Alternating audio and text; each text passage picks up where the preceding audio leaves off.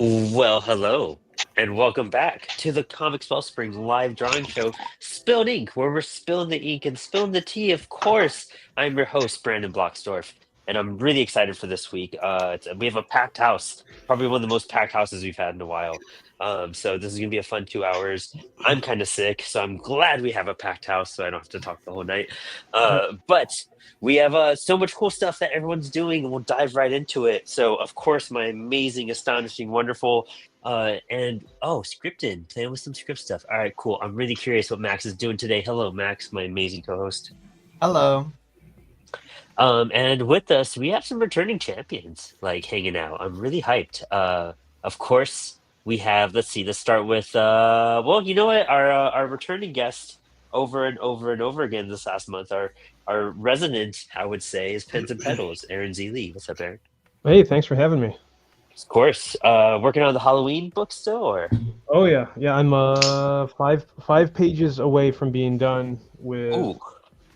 inks and tones, and then it's into lettering. So I'm actually working on tones tonight, which is kind of a different thing, but it's fun. Yeah. Yeah, Oh, I'm gonna cool. ask you about what you're doing too. Yeah, But I we'll was get saying there. I got some questions there, so we'll get to some Yeah. splaining and answers and question. Yeah, nice. And then with us also we have Jeff Demars, our dude Jad Inks. What up, Jeff? I think he's adjusting his stuff right now. We'll give him a moment. Jeff is awesome. He's been on the show. I forgot what we did with Jeff last time. Was it Spider-Man or Wolverine? Mm, shit, dude, I don't remember. I remember. It's kind of a blur right now. All right, we gotta. It's his phone. All right, well, we'll get him back in when his phone fires up. But we also have Seth. Also, we'll be calling Goblin Grimm because that's our dude. Um, Yeah, how are you? I'm so excited you're on the show again. good. I'm good. Keep him busy. Nice. What are you working on tonight? I was going to be working on. I actually have pages I'm supposed to be inking for a horror comic book I'm working on, but I got sidetracked with character development for a monster romance project I'm working on. Ooh, It's that's going to fun. be, yeah, it's going to be like a hybrid between an art book, a graphic novel, and a written novel. Nice. Oh wow, that's super cool. Okay, that's super rad. Well, I can't wait to talk about that even more. And we also have our dude. I missed you so much already. Javi Martinez hanging out with us. What's up? What's up? Javi and I hung out for the past week, so we just can't get enough of each other. I guess got a lot of work Yep. to do tonight. Yeah, seriously, so much catch up to do, honestly. And then we have Jeff Demars will be popping in. He's just, I think, having some StreamYard phone charging moments. And then Anna Peterson will be popping in once she figures out her tablet a little bit more. For some reason, the app for StreamYard has been really rough when screen sharing. I've encountered that problem last week, and Anna's kind of figuring that out. So we need Evan McGuire to make a tutorial because he knows how to set up all that stuff and get it going. But let's see here. I haven't drawn since last week, so I'm gonna finish doing this stormtrooper page I was doing, stoner troopers. So I'm gonna work on this and hopefully finish up the pencils and probably hopefully start inks today. If I just knock out these last four panels and maybe the bottom. But yeah, I'm hyped. I'm hyped to be drawn. I'm actually feeling a little better too, which is rad. So hyped that we're all here. Did you get Let's the see airborne? here. Not yet. I'm actually gonna go probably after the stream and just like go grab that. Make sure I come to life. Our friend Eric was getting after me because I've been taking Sudafed to like clear up, and he's like, "Stop doing that. Just go get airborne. Sudafed doesn't even help. It's just it's not fixing the problem, man. Just go fix the problem." And I was like, "All right." All right. So yeah, I'm gonna go get some airborne. I was trying to like order it so I didn't have to leave the house, but I was like, you know what, I need gas anyways. So oh, we got Jeff in the stream now. Sorry about that. No, you're all good, dude. Super Whenever hyped. you went live, my phone's like, this is not happening. It's crashing. So I'm on my computer. It was right during the intro too, which was funny. And I'll be watching the chat in case Anna needs any assistance hopping back in. But yeah, guys. Jeff, what are you working on tonight? Working on a page from Finding Kismet, the first book for that. So got through pencils on about 9 pages of it so far. Nice. And so just doing inks. Oh, nice. That's rad. Oops, I kind of messed with my camera a little bit. I don't think you guys have we all been in the same room together? I Like haven't any been of with you? Everybody. No. Like a physical room? Oh, that's a whole different story. But no, I was just realizing all of you are returning champions, but none of you have been on a show with each other before, huh? Except Well, Aaron Javi and I Aaron last week. have, right? Oh, that's true. Yeah, Yeah. just last week. Oh yeah, there you go. I'm with Javi so much it turns into a blur sometimes. Like, I was never um, there. honestly, there was episodes where I thought you were there, and I was like, oh, I guess he didn't draw that with us. It was a totally different day. Javi and I, we went. He came down to DC, and we went to Warp Tour this past weekend, which was just so much fun and nostalgic for us both. And I mean, well, for me at least, because that was my thing as a kid, Warp Tour. But it was Javi's first time and my girlfriend's Lex's first time at a Warp Tour, so it was just a lot of fun doing that and hanging and seeing all the bands together. We really good concert buddies. I got sick because we got rained out Sunday night, and I'm pretty sure like between the rain and then there was like these tiles that like protected you from like the ground because it was muddy and whatnot, and just it's a weird area, and so they had these white tiles, but like if you stepped on the wrong one you would sink, and there was this weird gross water that would splash up on you. Ugh. And we were walking out, we were getting rained out in general, so we're already wet from the rain, and our ponchos, even though we brought them, were all wet. And then I stepped on one of those puddles on my way out, and my right foot just got completely drenched. Oof. And so, like, the 20-minute walk to the metro, and then jumping on the cold metro for an hour, and I think that just like got my immune system and just knocked us on our ass. I'm glad Javi's not sick though, because he even had to travel back to New York after that, and that would have been miserable. Dude, I'm still so shocked that I didn't get anything. Dude, yeah, that's great. I'm so happy for you though. Like, I would feel so bad if you had to travel sick like that. And so Lex called out all week from work, and she had Friday off anyways. But we had to cancel our events on Wednesday, and dude, that was talk about a heartbreaking thing to do. Like, Yeah, dude. I've never like canceled an event. I don't know if you guys remember that Robot Chicken skit, that Star Wars Robot Chicken one, Yep. and where it's the dude from the elephant guy from Jabba's palace. Yeah. And everything exploded, and he's just like, I gotta get to the gig, man. I got a gig. And like, dude, that's what was going through my head the whole time I was sick. And I was like, but I got a gig, man. I can't don't give the gig away.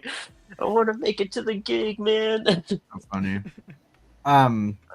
Brandon, see if you can go to Hobby's mic. If you click on him or hover over him, and then click the 3 dots, you should be able to edit mic settings. Oh wait, maybe I can do it for him. Shit, I I just have did admin it. So I privileges. was. Oh, you might. I just boosted Javi's mic a lot. So Yeah. hey, I can mess with all your guys' stuff. You can't get to like my private files, can you? Hey, I'm just like going through your guys' computers right now. Check this. Well, some of The them I master from can't. KD. Playing tech support.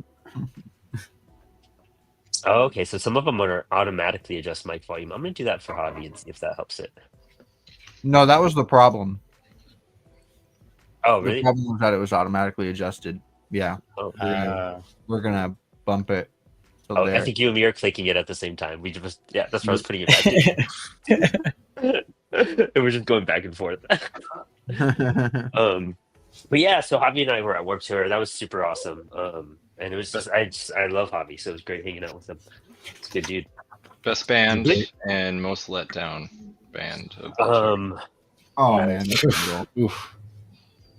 I mean, for one of those, that's an easy answer. Oh, dude, yeah. First, we'll say Art of Victor Medea said, "Hello, everyone. Hello, Victor. Thanks for joining us again, dude." Um, so honestly, the worst band, hands down. It was great though. Honestly, it was great because I got to nap so hard during their set. Was was Pennywise, dude. Pennywise is just boring, man. And this was from the punk kid. And the punk kids, me and Javi, like out of everyone, like we just could not. And they were off time from the start, like they were off beat Yeah. from each other, and you couldn't get into it. And then they did that thing where like they do the single bass line for a minute and they're talking over it, and they're like, I just want to show you all my friends and family on the side stage, and thank you everyone, and thank you to the guy who made us burgers for the last 30 years on Warp Tour. Come on out here, come say hi, come, this and that. And then it was just a whole entire thing with like this dude, like just the singer introducing everyone and everyone and everyone. And then like it was just I was like, dude, okay, well, let's go refill our waters and use the bathroom while we're dealing with this. And we go and do that. And it was like we come back and it's still the same bass line. And he was just like, are you ready, Warp Tour? Are you ready? And I was like, dude, we've been gone for like 10 minutes and you're doing the same bass line still. And then they were like referencing other like bands and like songs that like weren't theirs. And I was like, that's cool. Like, yeah, Sublime's great. They were just here. Like, we don't want to hear you play their songs. Like, but it was They were like covering other bands, but not even like their full songs, just like bits of like other bands, and just like all right, that's enough of that one, and go to like another band. Like, and they spent like 15 minutes doing that. I'm like, I want to listen to Pennywise. yeah, So weird. yeah. Even at right? that point, you still wanted to listen to Pennywise. Well, initially, that was like I wanted to. That's what I wanted, but very quickly I was so let down. I was like, wow, this is upsetting. Oh man. The Crimson Edge gives us a nice little fancy peak handshake. Wave, I mean. That's pretty awesome. I love that. And then William Ibanez says Warp Tour. Last one I went to was 2001, 2002. Never got to see Pennywise. I've seen Pennywise like 10 times from old Warp Tours, which is kind of funny. But they're just boring. I never really got into them in general, so not too heartbroken. But I mean, for someone like Javi, who's just like, I want to see Pennywise, they're legends and whatnot, and then you're just like, this is so boring. Like, but best band, dude, that's a hard one, to be honest. It's a really big, hard one. I feel like I for could do top myself, five. probably. I could do top five. Yeah. Probably it. That's What about you? I was gonna say. No, I was what do gonna you- say my top five over the weekend would probably have to be in no order. Heart Attack Man, Streetlight Manifesto. Nice. Are you kidding me? Streetlight. Streetlight is number one. It was. I epic said in seeing no them. particular order, Max. They were so good. The pit was insane. It was awesome. But and I would say I really enjoyed Magnolia Park. They were like a sleeper hit for me. And Simple Plan. Oh yeah. I mean, what's crazy is that like, so I'm not. I guess I am a Simple Plan fan. It turns out because I knew every like word to every song they played. But they played right after Pennywise, and I was like, man, now it's Simple Plan. Like it's starting to rain. I was like, this is gonna kind of be a drag. I want to just get through this already. And then Simple Plan came on, and they woke us up. Like I felt so much better after watching Simple Plan, and it was a great performance for sure. Yeah, hands down, they were awesome. So you said Heart Attack Man, Simple Plan. Saturday's at your place, you said? Nah, Sweet Pill. Oh, Sweet Pill. Dude, Sweet Pill was amazing, dude. If you guys haven't listened to Sweet Pill, Sweet Pill was the band I chose for the post today. So that was, if you guys want to check out the thing I shared. They're really great. They're mind-blowingly good. Super, super good. Had you heard of them before Warp Tour, Javi? Were you a fan of theirs? Oh, okay, cool. Yeah, I've actually seen them like once or twice before Warp Tour. So Oh, and Dude, they always put on a good performance. they were like a Spotify discovery band for me, and I've really enjoyed them because they have that math rocky type of vibe that I get into, and Mhm. then her voice is just so good, like so Yeah, freaking she's a awesome, and great they killed singer. it. So that's what, four for you? Hard Yeah, attack. and then Streetlight was Eli, the other one I listed. was your last one? Um, I thought I said 5 already. Damn. Oh, did you? I thought you said four. I don't know. Well, for me it was Motion City soundtrack. That was in no particular order as well. Motion City soundtrack, Atmosphere. I cried during Atmosphere, dude. I had never seen Atmosphere before, and I've been listening to Atmosphere since high school. And that was just like it just hit me where I live. You know what I mean? Like I was like, damn. And he was just so good live. It was so he enunciated everything so well and had such a vibe and was just so in control and in flow of the beat and the music the entire time. It was a great show that he did. Sweet Pills up there too. So that's what, three. Man, Saturdays at your place, they blew me away, dude. I was just staring at them and I was just mind blown. That dude's a great bassist. Yeah, Um, they're riffs. I mean, both the guitarists and bassists, they're so yeah, good. so good. And I guess the other one that comes to mind, it would. I think just because I like crowd surfed the hell out of it was Chiodos. But like Heart Attack Man too, that was another one of my tops. I never listened to them before, and I love them. Um, we watched 303, and for the first time ever, I enjoyed them. So that's always cool. I've seen them a couple times, and I was never a 303 fan. You know what I mean? Like it was fun. It was a You good know, time. it was a great Oh, time. Magnolia Park too. Those guys. That was awesome. I still love the video of me getting into the pit with the pizza. Yeah, yes. How we went to the pit. It was carrying. I had gotten a pizza like an hour before, and it was in a box. And he like goes in the pit with the pizza, like, and is like holding it in the air, and you just see this pizza box floating around. But yeah, it was a great time, man. I went to Warped Tour from middle school throughout high school, and then I skipped the year I graduated because I was in a band and I couldn't. We were like doing stuff, so I couldn't go that year. But then the following year, I got to play Warped Tour, and that was like a crazy moment in life. And then That was awesome. now it's what, like 15 years, 14 years later, and that's insane to say too. I like go back to Warped Tour like on the 30th anniversary and whatnot, you know. What were you saying that you were going to do like a Dr. Manhattan page? I totally am. I think that's gonna be in my next art page. It's like it's 2006. I'm at my first Warp Tour or whatever, and then 2011 I played Warp Tour, and here it is. I'm 30 in 2000. What year is it? 25. Jesus Christ! And, Yeah. I'm coming back to Warp Tour. I think it was perfect. It's a perfect comic page. I got to do. You have to be blue though. Yeah. Oh yeah. I got to be blue. Yeah. Or I'll probably be like purple or something. That'd be fun. And Okay. at some point, you got to get disillusioned with whether or not you belong there anymore. Yeah, exactly. Yeah, this will be fun. It'll be a good. Maybe it'll be my first 2-page story. I'll stop doing 1-pagers and start expanding them.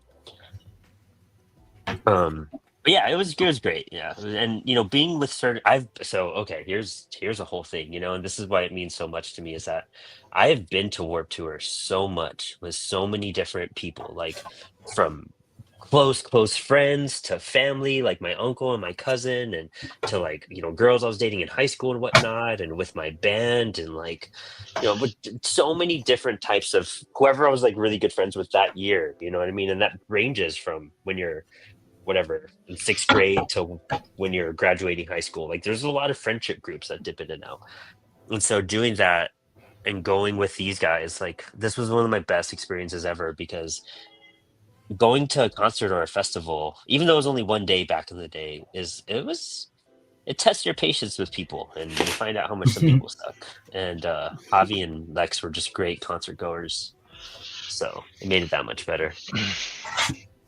Oh yeah. Yeah, Yeah. definitely was a great time overall. And Max, I have some videos I can totally send you a Streetlight. Yeah, same Yeah. here. Do you know my streetlight story? No. I don't. So I saw them at Punk Rock Bowling in Vegas. Oh, it's cool. Wow. I've always And- wanted to go to that.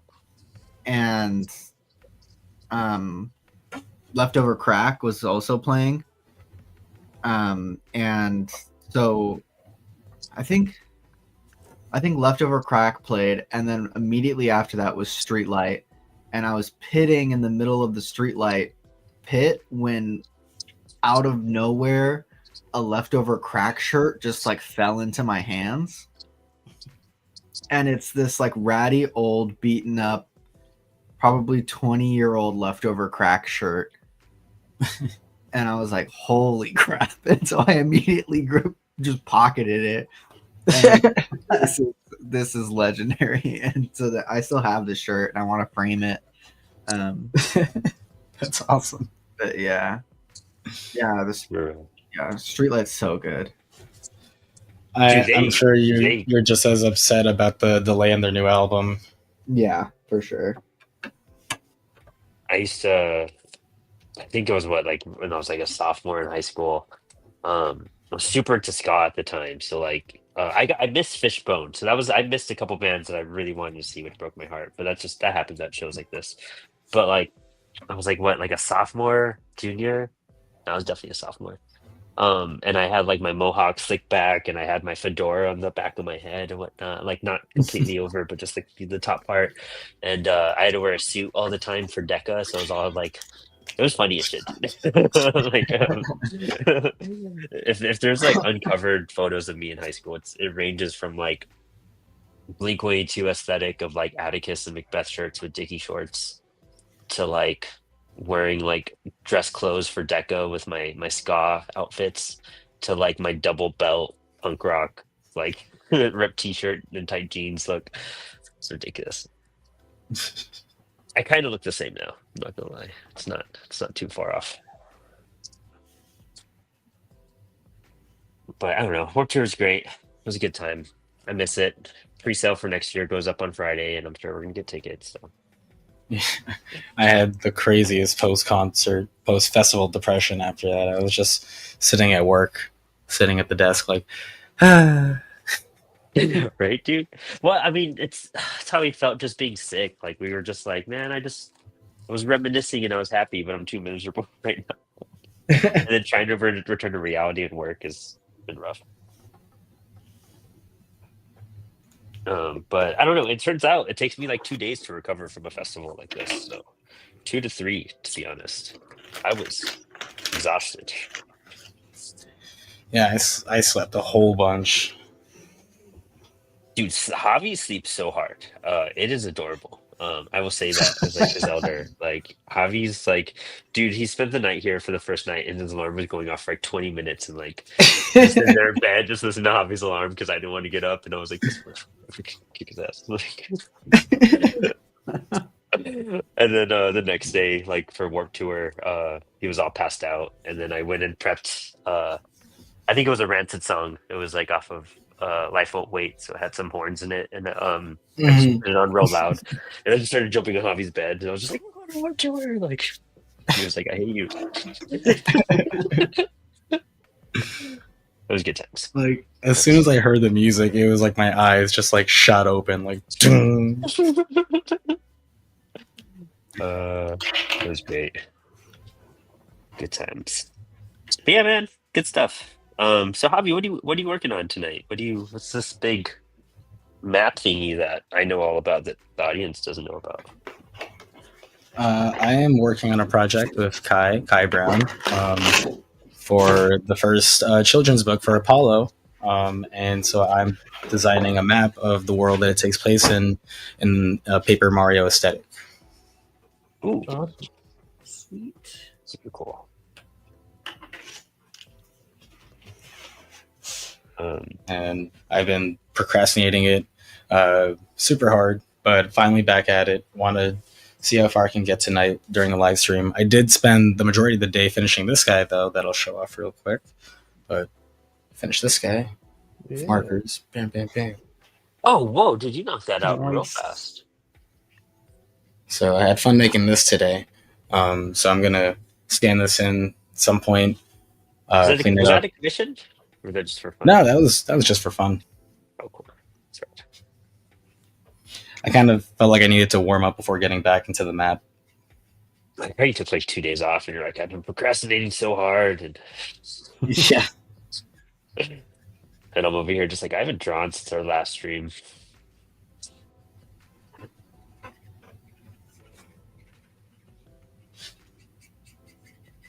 Um, so what do you guys? Does anybody have events coming up? I got 3 lined up. Oh, what are you doing? I'm doing. Oh God, what is it? OscodaCon. It's just a little 1-day convention pop up. Then I'm also doing Alpenfest, which is like our local festival. So I always set up there. Nice. And then I got another convention at the very beginning of the month. I just can't remember what it is, but it's in Alpena, Michigan. Oh, cool. Oh, that's rad. Dude, I have 2 more lined up for this year, and then some stuff I got to finish setting up. But we have an event this Saturday at the MLK Library, which will be pretty exciting to be at. For Positive Force DC. We're actually just now. I also got in some posters. Oh, my camera wasn't even facing me. I didn't realize that. We just got in some posters, and I thought this was really interesting. Like I was looking for prints, you know what I mean? To see what would be good for a freebie. And so we just had this cool thing that Evan McGuire designed, this Hollow City Comics National Canvas Festival, and it's like a joint as the Washington Monument, which is kind of funny. Our fun characters, Weed Wizard and Bong Boy, and the characters from outer space. So pretty hyped about this. So we got these free posters. We actually got them from Fireball Prints, which I've heard a lot about. So they have these like really thin, cheap posters that like it's great if you're just gonna toss away and give away as a freebie. Like this is easy. Like it won't break my heart if I give this away. Like the paper's real thin. You could tell even putting over this light box how thin this paper is. So you have to be really careful with it. But yeah, I thought these were kind of cool. I just got those in. I didn't want to use our CWS posters because that quality is kind of just a lot higher, and like the paper's thicker and you have a nicer gloss and whatnot. But this was kind of cool. I'm pretty hyped. So for that festival, we're doing a happy hour to give away these free posters. But Nice. we're actually getting some nice ones printed through CWS with some, the standard gloss paper and the 12 point. So pretty hyped to have the versatile one that you could just toss away. I think that every creator needs to know those secrets too, Find the cheap things you could give away for free to boost your brand and not break your bank, but sell the quality stuff. So we're gonna sell them like the ones we get from CWS, like for what, $5 each, I think, because we got so many, and hopefully I get some attention. Nice. Yeah. The last couple of shows I've done, I finished a 4-page short story called "Save the Cat," where Wesley and Beatrice, my characters, try to save the cat, and I put my contact info and stuff on there too, and I gave that away instead of business cards. Oh, that's cool. That's great. Yeah, because then they get a nice little short story, and I feel like it was pretty well done and pretty snappy. So like, you get a sense of my cartooning instead of if I'm gonna give you something for free, at least like, I'm gonna make you look at my work instead of, just my name. Yeah, I get that. I get that a whole lot. Our business cards Javi made me are actually so sick, man. Like Yeah. I really do. Javi killed it. Let me find one of my business cards. I'm sure I have one somewhere. I have some cool stuff. Oh, my CWS ones, but not my creator ones. I have a whole box. Yeah, let's open one of these. But that's putting something that displays who you are in your card, I think is so cool. So these are my CWS ones. We got the cool little foil on them. Ooh, yeah, the foil is nice. Mira, right? Fancy. Yeah, I love these ones. But Javi made this one for me, and get some better lighting on it. That's cool. But Yeah. There you go. is that glare off? Yeah, so he put panels from different comics that I've created with people. That is sick. Sorry, my thing is so bad right now. Covering my lighting. But yeah, I think it's just so, and it has a QR code at policycomics.com. They're smart. Writer, he put writer artist, and I trip out. I was gonna be like, Pavi, there's a mistake here, and then he would have given me shit, so I didn't say anything. You know, you've only been doing spilling ink for what, a year plus? Yeah. It's so weird, like still admitting, like, or like trying to admit I'm an artist. It's a weird little, I don't know, imposter syndrome. All of Well, us it's like like that sometimes. You're making intentional marks on paper. You're an artist. Honestly, yeah. Straight up. Saeem Malik says hello, everybody, dude. Hello, thanks for coming in again this week. Good seeing you. Always welcome. Yeah, that's something I really got to get over. Is like, I mean, I think every artist needs to kind of get over. Is just accept what you are and what you do. And I tell people that all the time. I'm terrible at taking my own advice. I did Me a whole too. podcast on that topic, and I still don't adhere to my own rules. The imposter syndrome is real. Right?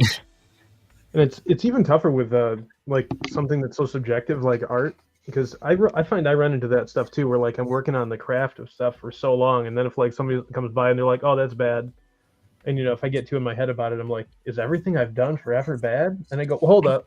I try to like find gravity again and be like, wait a minute. No, it's just their opinion. Okay, we got to move on now. Yeah.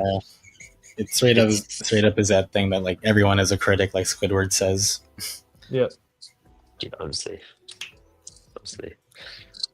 Yeah, it's weird. I don't know. It's weird.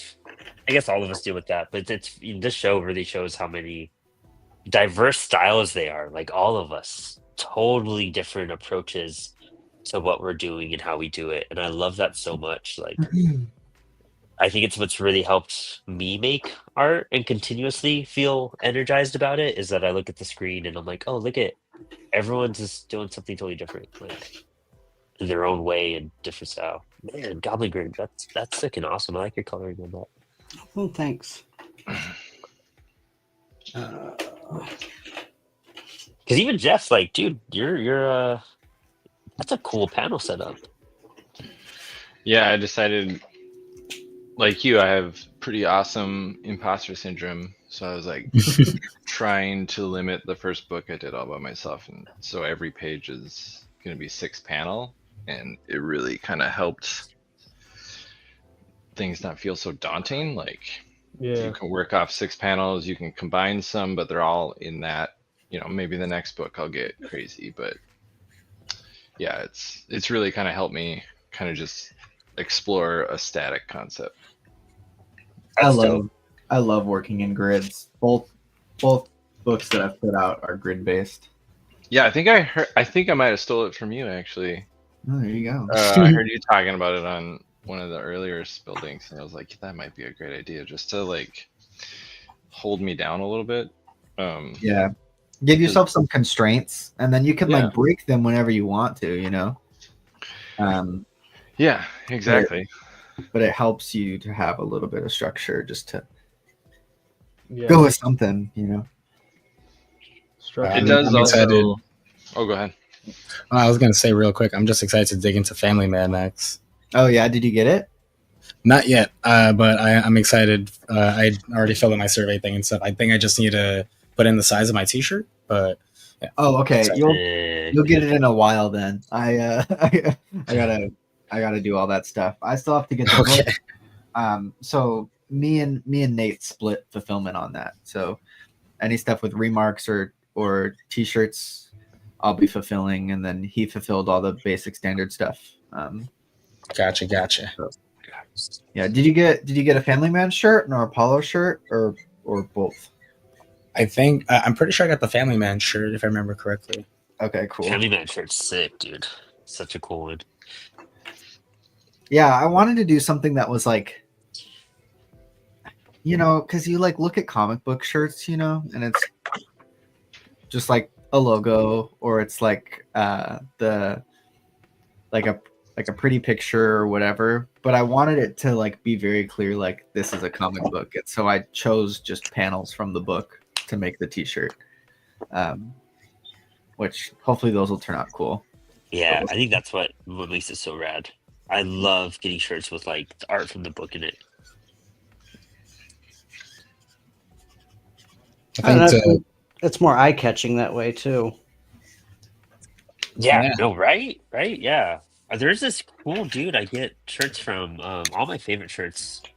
I have that story about like Lex telling me to like put on something nice, and all I did was put on like a nice Batman shirt. But it's from VR. Let me see real fast on Instagram. It's VR something. No, of course I can't find it the one time I need it. But if it pops up, I'll show you guys.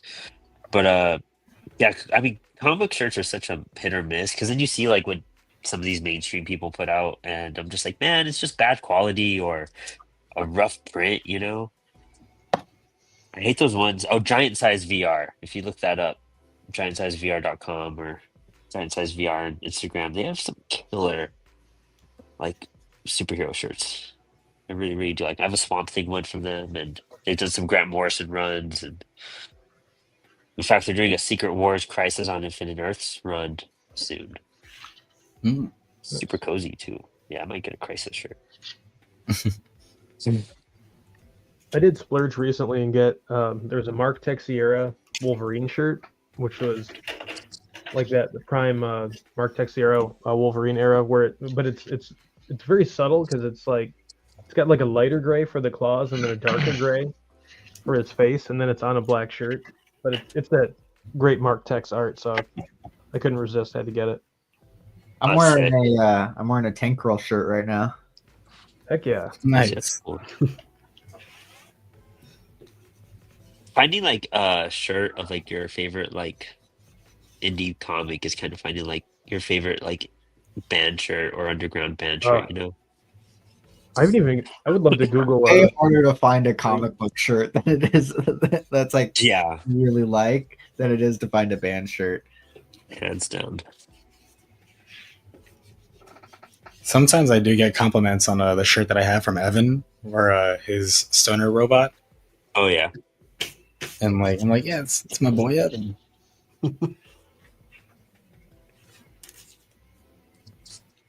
Apollo's making shirts, and we're kind of doing. I think our shirts are more brand focused right now than like book focused, but we're going to be doing some cool book shirts soon with some anniversaries coming up.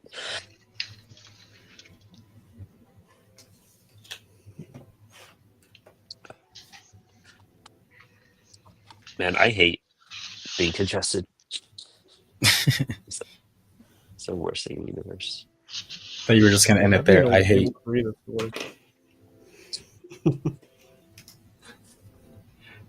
Oops, it looks like that did not go up, right? You know, I know I'm getting better though because my appetite's coming back really crazy. Like I've just been super hungry at random. Like, Did you go soup mode or what were you living off? and I don't even have like super. You know what? This is just like a week I didn't have groceries. So I've just been like living off of stuff. I got some like vegan like chicken soup stuff that worked out that helped me a little bit.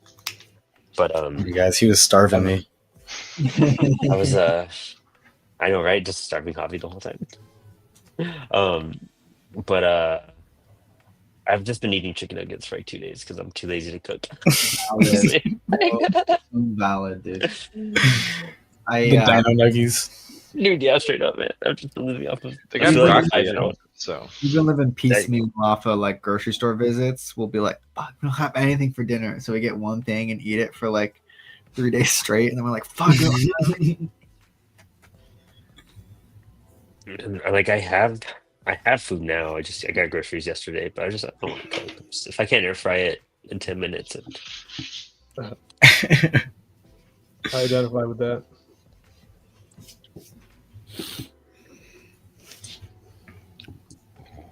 let's see here.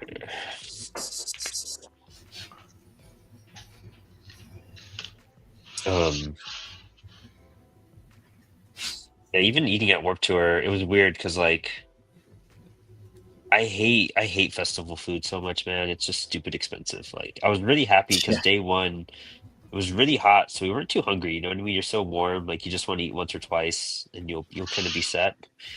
But day two was like cooler and a bit nicer in a sense weather-wise. And so like we were getting hungry a bit more, but I was like, dude, like every meal here is $20. Like I'm not gonna do that. You just have to find bargains like crazy. The best bargain we got is that this girl gave us these free like tech decks with our sandwiches because Yeah, dude. we were being nice to her, so she gave us Oh, they these also free tech decks. he gave me that free banana pudding later too, which was cool. Yeah. Yeah. Because I was waiting forever for my order because it was like, of course, like the one vegan sandwich when there was like a rush and I was just standing there and everyone else was getting their food and they're like, dude, don't worry, you've been here twice. Like, there's a banana pudding. And I was like, thank you. Thank you so much. I devoured that too. That banana pudding was so good. Yeah, dude. One second I looked over, it was full. The next second, it was like almost all gone. Dude, yeah, I just stop and be like, I don't know if this is gonna make me use the bathroom, so I'm just like not gonna risk it and I'm not gonna finish it because we're at a festival and it's late in the day already. There's no way.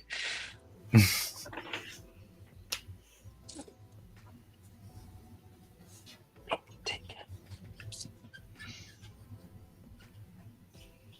Have you guys done like a festival like that before, like a music or anything like that? Or camp somewhere for a music festival? I've done a couple of. We got one music festival here. It's called Farm Fest, and it's like a week long. It's kind of like I don't know, a lot of hippy dippy and folk music type stuff. So I've set up for that a couple of times, and it's decent. And I don't make like a ton of money off of it or anything. It's mostly just kind of sit there, people watching. That's like the entertaining part. You get some pretty interesting people out there. Yeah, For honestly, sure. we kind of realized it. I don't know if we ever will because we have too much fun, but like we're like, man, we could have tried a vent here at Warped Tour. Like I thought we would have fit in just right. But you know, comics at like a music festival is like a whole I think it would do well, but like under certain circumstances, you know what I mean? Yeah. And like considering the rain too. Oh man. Yeah, dude, Yeah. yeah, that just dude, it would have been a like 10 out of 10 time if it wasn't for the rain. It's a 9 out of 10. That rain got me sick. It's the way our local festival is. It's it always rains at least 3 out of the 7 days, like downpour kind of rain. Wow. 7 days too. That's pretty wild. Yeah, it's nice though. I don't have to get a hotel though, so Yeah, Yeah, right. can't beat that. That's what we thought about Warped Tour too, because we were like, you know what, it is kind of a hike to and from where I live to like the festival grounds.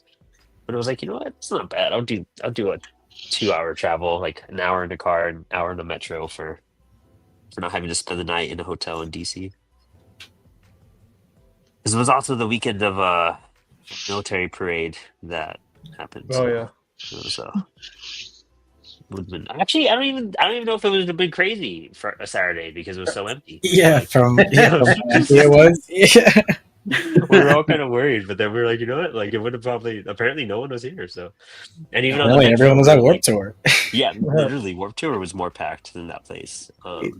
do that Warp Tour at the or at the No Kings rallies. Yeah, exactly. Yeah. I think more people showed up for that even in DC too, for the No Kings rally. So Yeah. that was such a win. We even had like little protests breaking out in our little towns around here. Yeah, even here in Wow. Virginia, in Winchester and Berryville. Yeah, I was shocked in Minnesota. We were up like up north, and I thought for sure nothing was gonna happen. And some of the bigger towns, only like 10,000 people, had like blocks and blocks of people. Yeah, That's awesome. Yeah.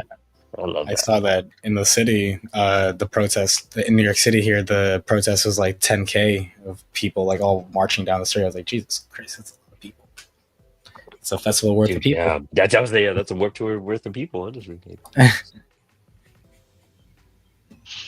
Yeah, it was. Maybe next year we'll do that then. Yeah. But yeah, because the cats will be fine. Just have somebody check on them twice, you know. Yeah, they'll live. I always have my one work wife comes and she'll check in on my cat when I'm going to be gone for a weekend or whatever. And her husband's got a 3D printer, so he prints her off a bunch of 3D little tiny dicks. And then she spends all the time that she's over here babysitting the cat, hiding them all over our apartment. So it's like an Easter egg hunt when I come home. That's That pretty is funny. hilarious. It's amazing. Too good. Sounds like an abusive work wife relationship. She's the best, though. She's great. Yeah, always having people that you could trust with your animals is like so vital. You know what I mean? Like such a key thing. Oh, yeah. Like, this is my fur daughter, so. Yeah. Just know I will kill you if anything happens. Well, we're done.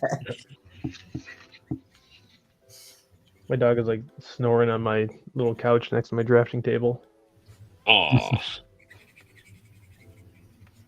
Yeah, I'm surprised the cat. I think the cats. Both Lex and I have been home all week, so they're just like, we're just gonna chill wherever tonight. Oh, mine noticed that there's a camera on, so she's in front Yeah, of right. it. She's my cam girl. Typically, Booby typically. I think he's just napped out though. They've been so excited we've been home that they're just awake more and more hyper because they're like, "Yo, what's up?" They're gonna throw a fit when we leave on Saturday.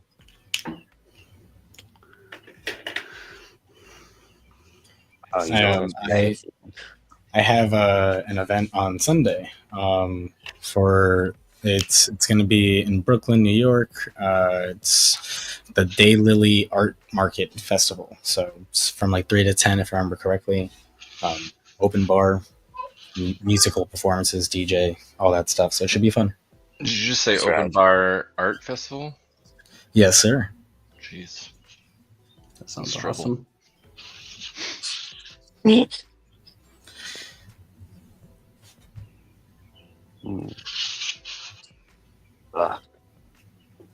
Oh my god. Yep, there's the cat. Boy, a cutie. He heard you. Kitty, kitty, kitty.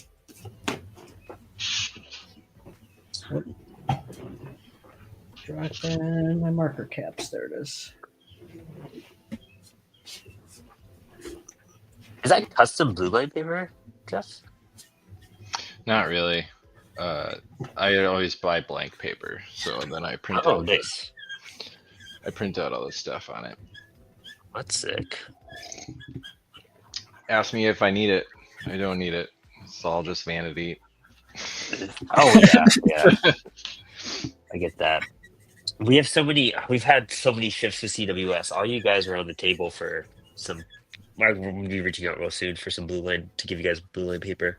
We've just had so many shifts lately. It's that we're going to have announcements go out in the next 2 weeks. So I'm pretty hyped for everyone to hear. We'll be doing an Inspired Ink, I think June 30th. So yeah, I'm really hyped for what we'll be announcing on that episode. Well, I'll be interviewing one of the main dudes at Global Comix, which will be fun. So it would be cool stuff. We'll be making an announcement there with some big CWS news.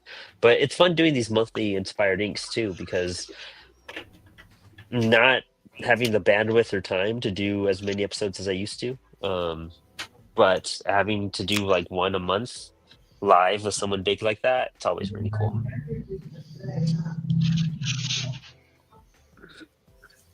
So stay tuned and expect us to talk about Global Comics a lot. Ooh, that's cool. Yeah. That'd be cool. I've been meaning to like get my stuff over on there. You know what? So many. That's what I'm hearing from a lot of creators is that everyone's like, "Man, I want to be on Global. I just haven't jumped on it yet." And same here with Apollo. We have all of our stuff. We keep on saying it's been on the docket for a minute, but it's interesting. I just started CWS just made a global comics account.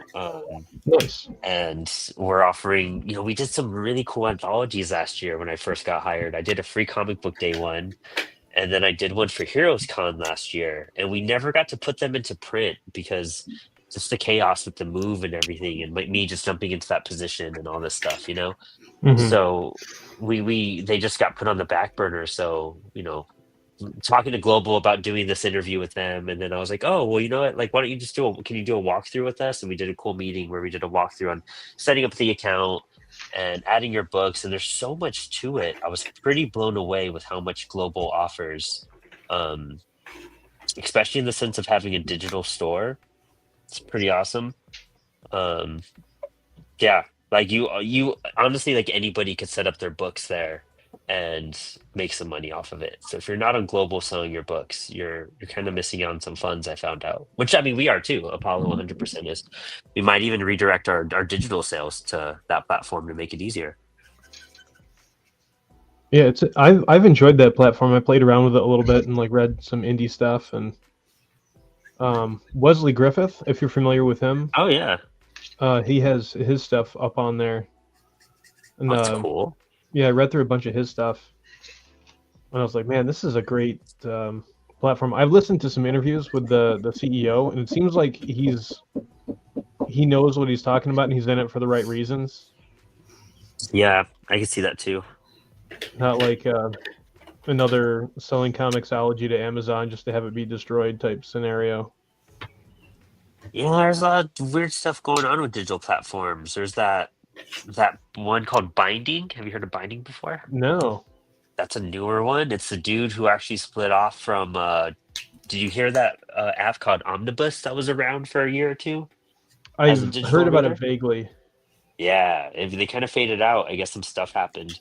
So one of the previous owners who split away before they crashed started this company called Bindings. And if you just Google Bindings, I guess comic whatever, it'll pop Yeah, up, and they offer a lot of cool stuff. I met with the owner not too long ago, and they have some good stuff going on there. You know what I mean? Like they have some good things they're talking about and focuses and all of that. And I really love it. I admire what they're doing. I And have to then check a that new out. one got announced today. Did you guys hear about the new digital reading app? No, Yeah, it's like neon something, right? Is that what it's called? He's like, no. The one. Are you talking about the one from like Distillery or whatever? Yeah, I thought it was called like something else. I didn't know that was the name. I can't remember the name exactly. So Oh yeah, no, I was saying that it was just called Ichiban, but it's called Neon Ichiban. Yeah. Well, Gotcha. are they? Is it about the? Doesn't Distillery do some weird like pseudo NFT digital books? Dude, yeah, because they're gonna not have sure. creators. It's weird, man. They're gonna have creators autograph or sketch on digital issues and enable reselling for additional revenue. That's weird. So it's they're capitalizing on the collector's market via digital. Hmm. I hope that works.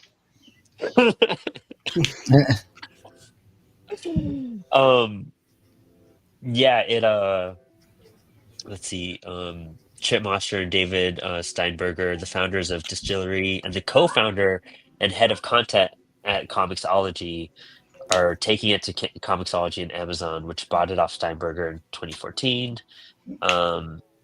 The new app is called Neon Ichiban, being created by David and Chip, and will start selling digital comics next month and will include Marvel, DC, Dark Horse, Distillery, of course, Kodansha, of course, Oni Press, Vault Comics, and other publishers will be named later.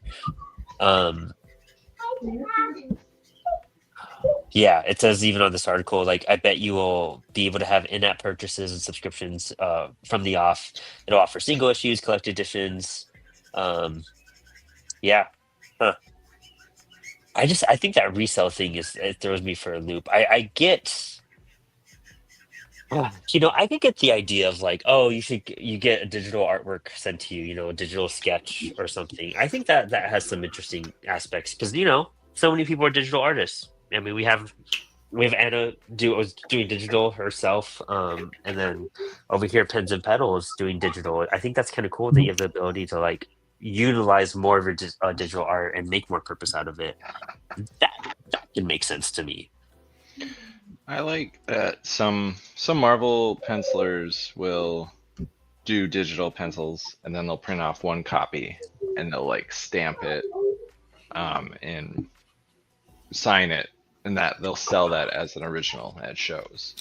Oh, And that's cool. I can get totally behind that. I think that's really neat. Yeah, Adam Kubert did that once, and I really thought about getting like whatever it was, the artist proof or whatever.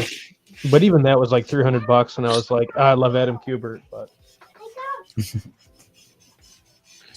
I don't even know what does a sketch even go for by that guy. I can't imagine it's cheap even. It's a small thing. No. I met him probably 5 years ago or more. But he's one of the reasons that I even do comics or love comics is his Wolverine run. But I met him and I gave him this Wolverine number 78. I bet I have it. But there's this big white space on there, and they'd like talked about how like he was so important to me, like becoming an artist and an art teacher, and why I make my own comics. I said, you totally don't have to do this, but it'd be awesome to get a quick sketch. And he said, sure, I can do that. But he's like, it's gonna be the worst Wolverine sketch I've ever done. It's like, doesn't matter. It's gonna like go up. Yeah, you can say I have the worst sketch by my favorite artist. It's amazing. I used to get sketches like crazy, and they could vary all over the place, man. Like, it's insane what I've gotten for free and paid money for. Kind of miss it back when long time ago when I was a kid. Like, oftentimes those artists would just draw stuff for free as like part of just meeting them. Like, it wasn't really, they were showing up as like a favorite of the show. They weren't trying to like monetize it because they paid better back then to be an artist. So there's a lot of people who just would tell stories about how people would draw them these awesome pictures and want nothing for it. I think, I've like San Diego, there was one year, they had little sketch cards when you meet creators. And so I got like a Mitch Jared Swamp Thing, like a Joel Jones sketch, like all sorts of stuff, like really quick, just like 5-minute sketches. And that I thought that was a really cool thing they did. I don't know, they stopped doing it after that though. I wonder if there was complaints or too many resellers of some sort. Probably. That's the thing. I feel like the collector market, as I see the life and purpose and drive behind it, but it also really does kill things for. Yeah, I'm watching right now all the craze go with those little troll dolls, those Labubu's. Oh yeah. And like people are going like they're ruining it for anybody that legitimately just wants one because they think it's cute. Now you have to pay like $500 for one that would normally cost like $30. Oh, see, that's the stuff I hate. Or like covers, you know what I mean? Just like getting a cool cover for something. Like, I'm so happy that my shop they just sell everything at cover price. They're not going to charge $20 for a variant of some sort. The people that sit there camped out waiting for restock of Pokemon cards. Oh yeah, grab them up from little kids. See, that's insane too. You know what I mean? Like, I get the love, but still. And then I don't know. Even when I would resell off of like San Diego stuff, like I would upcharge a bit to cover some fees. You know what I mean? But I wouldn't do anything insane. I remember I even sold a Kevin Eastman sketch one time, and I sold it for I don't know how much, but then the person that bought it relisted it on eBay, and they had put it up for like $700 something. And I was like, yo, like, I think I sold it for like 180, 150 or something, like something fairly reasonable. It was graded and everything, like I needed some quick cash.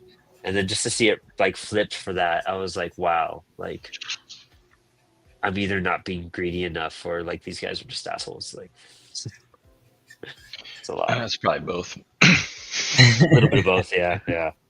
Oh, Anthony DePew says, yo, hey, Anthony, dude, good seeing you, my dude. I mean, and I've paid a lot for some sketches. I think I paid $400 for a sketch before. I think that's the most I paid for one. Who was it for? What was it? Do you know the artist Steve Mannion who did Fearless Dawn? Sounds really familiar. I mean, his stuff is super cool. But he put up well, it's not exactly a sketch, I guess it's a commission, but he put up one for like $400, and it was a 2-figure watercolor, and it came out Oh, awesome. cool. It's actually the back cover of my Was It the Robot First Snow, which is like the last like little comic story I put out. I have it framed up on my wall to my left here with my other commissions of my characters. Which that's like my favorite thing. If I was like independently wealthy, I would just like be always commissioning, drawings of my characters. That's sick, though. Yeah, I really like that idea behind that. I think I got a Tony Daniel sketch and a Bruce Timm sketch. I probably paid Ooh, a lot for. The Tony Daniel one is great. It's a Swamp Thing. It's one of my favorites. ooh, I was chasing Swamp Things. That's why I have a collection of Swamp Thing sketches from nice. like David Lloyd to Bruce Timm to my friend Doug Knight, and Tony Daniel, Mitch Jared's. I think the Joel Jones ones was a quick little Swamp Thing sketch too. That'd be Joel cool. Jones is so good. I love Yeah. her stuff. Yeah. Hey, we got DePillis hanging in. Brandon DePillis, looking great peeps, so many diverse styles. That's so cool. It's funny you say that since that was the topic of our conversation when we started today. I stepped out of my comfort zone trying to find a cover artist for one of the current books I'm working on, and I actually shot a message to Merkin, and I'm hoping that like she said she's on board if she's not busy at the time. Oh, nice. So That's rad. Yeah.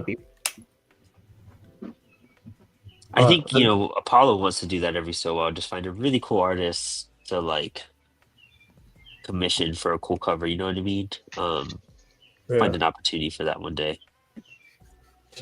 I'm on these fan groups for Paul Chadwick, the guy who did Concrete and a whole bunch of other things, and they listed his commission list, and it was like outrageously like reasonable.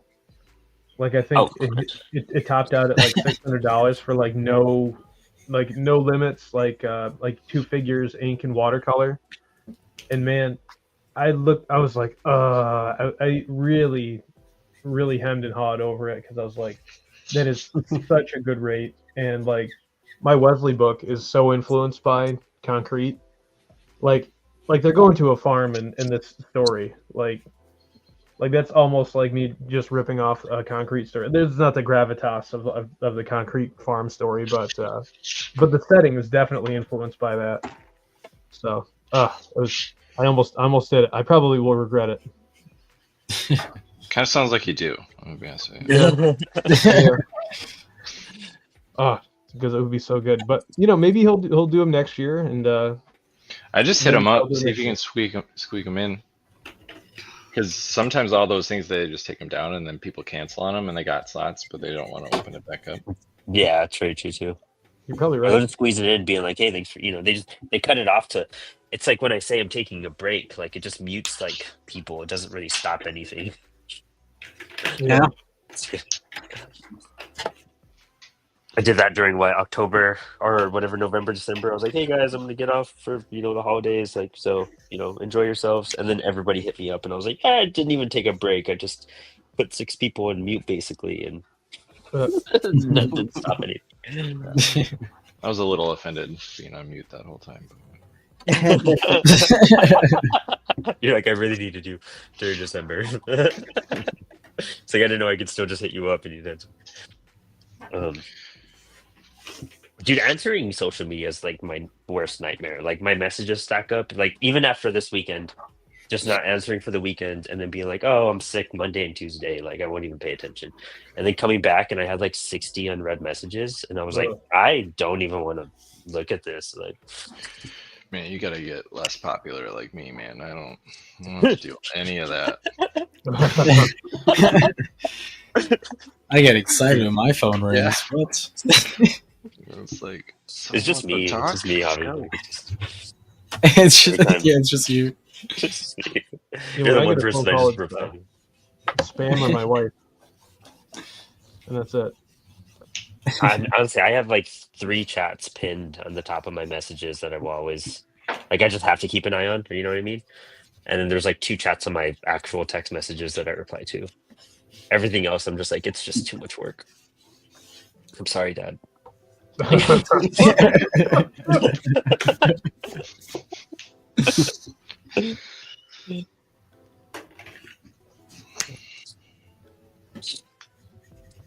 That's the Father's Day tie-in.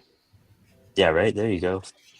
Oh yeah, happy belated Father's Day, Aaron and Jeff and Okay. Javi. Technically, you got Link. You know. Yeah, he's my fur baby. Oh, yeah.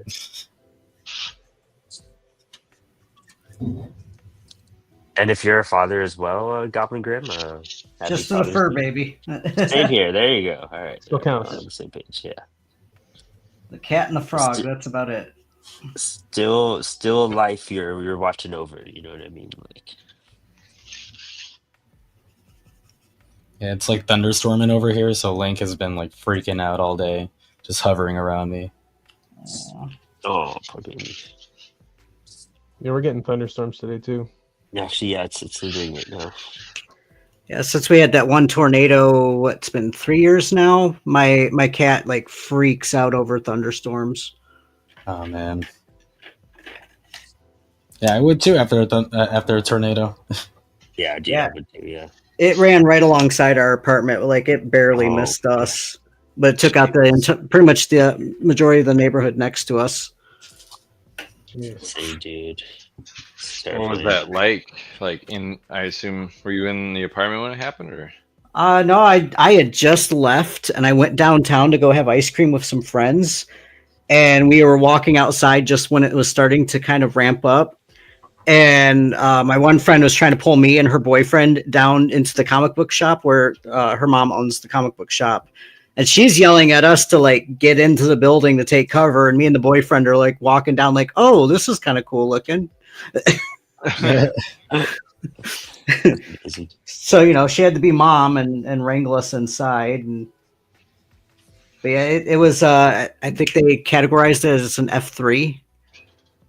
We don't usually get that kind of weather up here in northern Yeah. Michigan. So it was pretty crazy. It is pretty insane. I guess they got hit yesterday, like over in like Ann Arbor, Detroit area, somewhere down there. Yeah. They I was got hearing hit. it at work. Crazy storms yesterday around work. Yeah.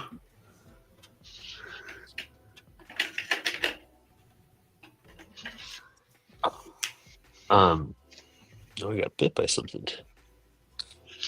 I'm actually really glad I didn't back out of the stream today. I've been feeling this has been a really great hour and I'm being productive. I was like, man, I'm gonna die. This is gonna suck. And I feel like crap. Turns out I missed drawing. I'm in my happy place right now, man. Yeah, honestly. It's really cool. What I'm doing is even more low pressure because I'm literally just like putting in highlights. Yeah, so I have 2 questions. Sure. One, what kind of like pattern are you using for your tone? Is it just noise? Is it like an actual like Ben-Day dot? What is it? It's a combination of a couple different things. I forget what it is. There's a brush set that I bought for Procreate that has this really like fine like mist kind of thing, and then I think I've got gray, and I did like a gray overlay, or there's like some paper texture I overlaid with it, and I played with that for like a really long time until I got it. But yeah, it does kind of look noisy, but I like it because I always think of those John Bolton classic X-Men backups. I don't know if you guys have ever seen those, but at the time when I saw that stuff, I was like, this is the most realistic comic book art I've ever seen. You know, I think it was because the dots that made up like the halftone that were underneath his lines. His artwork is pretty realistic because he's a painter, but it made me think that it was more detailed than it was. So Yeah, because of the noise and grain, right? yeah, The color variation and stuff. yeah. That's cool. So I definitely wanted that kind of stuff in my own work, and I'd done halftones on previous stuff, but then when you shrink it down, you get the moire effect. So Yeah. and I was a graphic designer for a bunch of years, and I used to do like brochures for different college programs and stuff. And one of the things that one of the guys I worked with there was like on fields of color, like put a speckle on it, because it'll give it just like that little bit of texture and it won't look so artificial. And so it's like all these different things. Like I don't want it to moire. I like halftones, but I really wanted it to work at different sizes, and I still wanted that kind of that paper texture, because I think even if it's digital, if you can create some kind of tactile effect in it where it doesn't look super digital, I do think that people respond better to that. I just think it's like how humans are programmed. And so this is like the thing I finally figured out to do with my gray tones, because it looks good small, it looks good big, and I haven't seen a moire yet, so I'm going to stick with it. Yeah, that's awesome. And then secondarily, you're only using like that one shade of it, right? Like, Yep. Yep. And is there any gray in there, or is it strictly black and white? There is gray. There is Okay. gray. If I could get a totally anti-aliased version of it, I probably would play around with it, because that does intrigue me. Huh. Cool. Where it would be just the dots. I would think that's cool.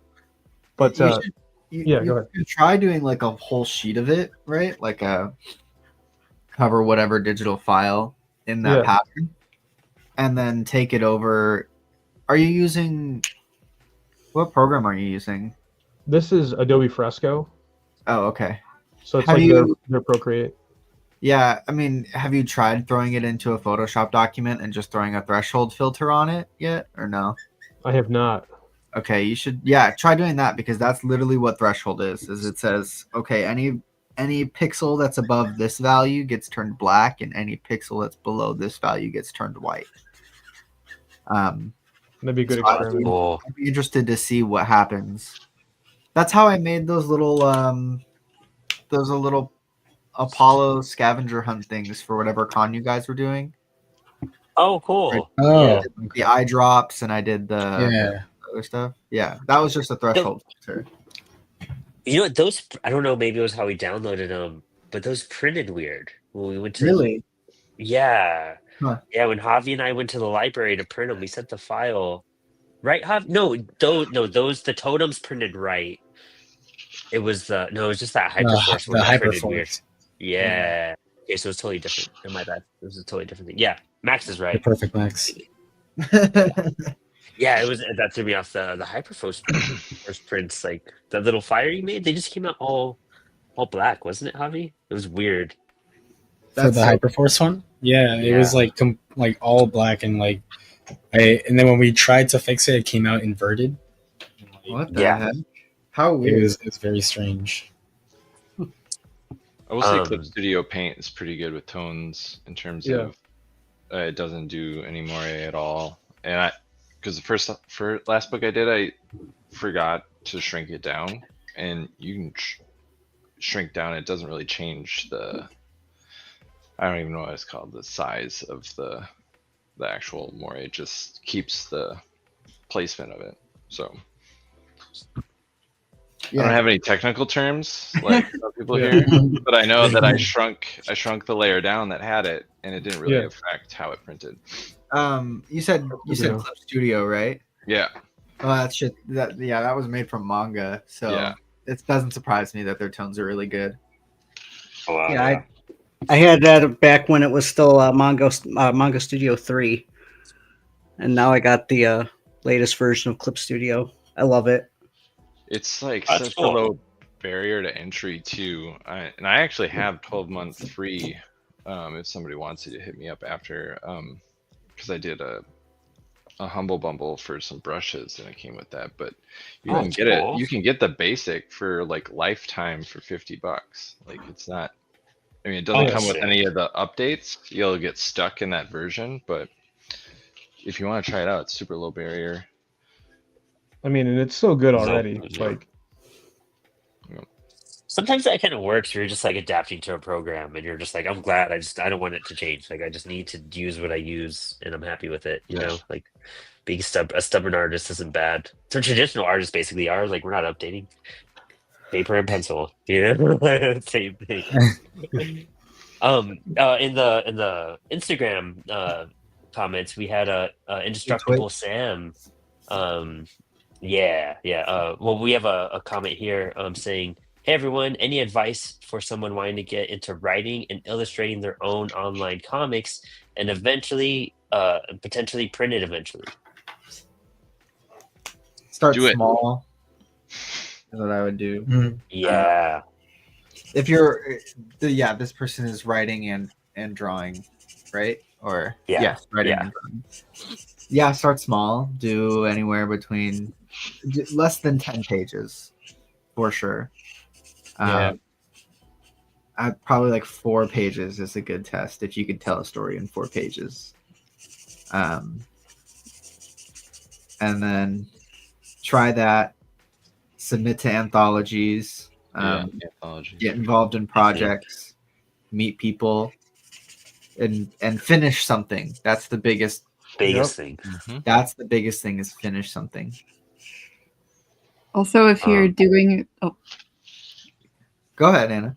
I was gonna say, hey, sorry, I've been hovering in the background. I've had technical difficulties today, but if you're putting it online first and then printing it later, and you're doing it like a infinite scroll style, just make sure that you're doing it in a way that's like gonna translate to be printed later. Because I know the first one I did it infinite scroll style, but I didn't really like take into account how it would need to like be formatted differently if it was in print, and so I ended up basically redoing the whole thing. Really? Yeah. I've messed around with some infinite scroll, and yeah, it can be a pain in the butt if you're trying to go back and forth between the two. We're gonna have a solution for that very soon. I can't say too much, but yeah. Hype. It's very true. It's a hard thing to do. Ro Higashi, great creator. She talks all about switching webtoons to print. She moved her book from webtoons into print, and it's a process for sure. So we've been brainstorming some stuff at CWS, and we're going to be announcing something in the next 3 months or so, to make it cooler and easier. And it's wild. I'm so excited. I wish I could talk about stuff. I can't. I'm just like breaking That's the DAs. latest commission I got for drawing my characters. She's going to be doing a Wesley and Beatrice piece for me eventually. What's it? Nice. You know, even with what I'm doing, you know, in Spilling, I'm now writing and drawing my own comic strips because that's what we started in May, and I'm doing one pagers. I just found a cool theme, and I'm just writing this theme for a bit. I think this is my 5th or 6th one, and I'm just doing fun 1-page stories, and it's been cool because first I was gonna do what Aaron Pens and Petals was saying was like, and I was thinking like Rick Lopez and Cosmic Cat. I was like 6 panels per page. That's all I'm gonna do. Yep. Like I'm just gonna have a standard way. That's probably a really great way to do that. However, I got ambitious and then I did that crazy like 22 panel page. Oh, the Wally Wood. Or no, Yeah. no. You just did 22 pages or 22 panels. Panels. Yeah. And I did that Starfighter one. And so you kind of like once you do 1 or 2 with like a couple of these formatted ones, you could kind of try to experiment and let loose. Like even this one, I was like, oh, I'm gonna go back and be basic and just do 6 panels again. And on this page, I messed up and I put a gap in the middle by accident, or too big of a gap. And so then I was like, oh, I'll add in 2 more panels. And then I added in another 3 panels. I turned this 1 panel into 3. So you start figuring out moments like that too. So I would just really kind of think about simplicity first, 6 panels, see how you can fit in the story in those 6 beats, you know? Yeah. And kind of grow from there. And you'll kind of just like eventually figure it out. I've been having a blast like every week being like, how am I going to do a 1-page story on this ridiculous theme I made for myself? And it's challenging, but so much fun, you know? I think just getting to work and doing it, you're never going to know until you just attempt. Just keep on attempting. That's all you can. It took me a year to get the confidence to try to do this. Like, So there's that too. Yeah, I feel like it's like patience is a muscle, like, and that's really the thing that we're developing. Because like people can make like a cool image or but just putting them all together in a way that is funny or like emotionally affecting to like stick with it until you know you nailed it is the tough part. And I guess what kind of made it easier for me too was like, sorry, I'm writing this. Whoa, literally writing whoa. What made it easier for me too, I guess, because I was already like a writer and I know how to like find the pacing and beats with stuff. So I write Yeah. out my script on the page and I do my thumbnails. So I know like how to make the joke kind of land. Like this is a very poor example, but like even with this one, it's like, um, and I guess my comics are a bit more adult as well. So I mean, anyone take it for what you will. Uh, but this one is Stoner Troopers.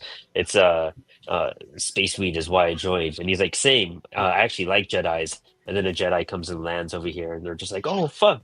They're coughing and they're like Jedi because they're coughing because they're smoking, and then they whip out their giant guns and they just start. They're gonna say something cool here, and they start blasting away, and these panels are then just shooting off and whatnot. And then this guy's just like, fuck, we missed. And he's like, damn, and the joint went out. And then this guy's like, hold the joint. And then he starts shooting like crazy. So I have him like blinded and it's, shooting him and everything right there. And then this last one, he's just like, whoa, because it's lit. And it's funny because it's like, I mean, I'm not going to explain why it's funny. It's kind of lame to explain the jokes. But being like, oh, we missed. And then they shoot and then they end up lighting the joint with their guns, So, but they couldn't hit the Jedi with it. Haha, but it's getting there. This Saturday, I'm doing the second day of my comics workshop that I do with the public library here, and we're going to focus on 3-panel comic strips because you get kids of all ages. It's mostly like 10 or 11 and up, but just about like setup, conflict, and payoff, and then the second half. Well, if it takes this long, but then we'll just do like, okay, now you're going to draw your character in a cool pose, and we're going to talk about typography and make a cover. Oh, that's rad. Yeah. I'm going to be doing something like that for my library. It's a how-to fest. Maybe I'll actually come to you for some advice on organizing it. But it's this thing right here, how-to fest. I'm really hyped about it.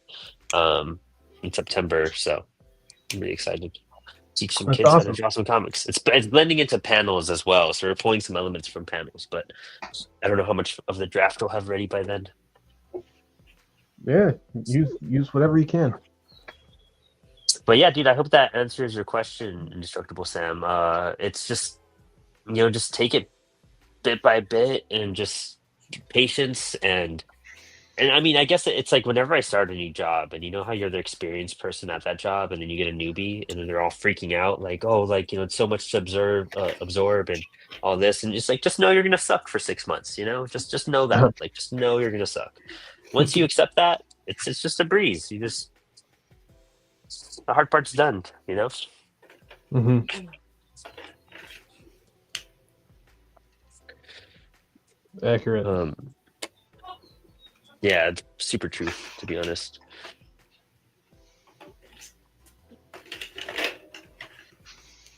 There we go. Also, he asked, are all these separate projects? But yeah, all these are separate projects. We're all kind of doing our own thing. Some of these are personal projects. Some of these are our own stuff. Anna, do you want to promote anything you're working on, or you have any events going on or anything?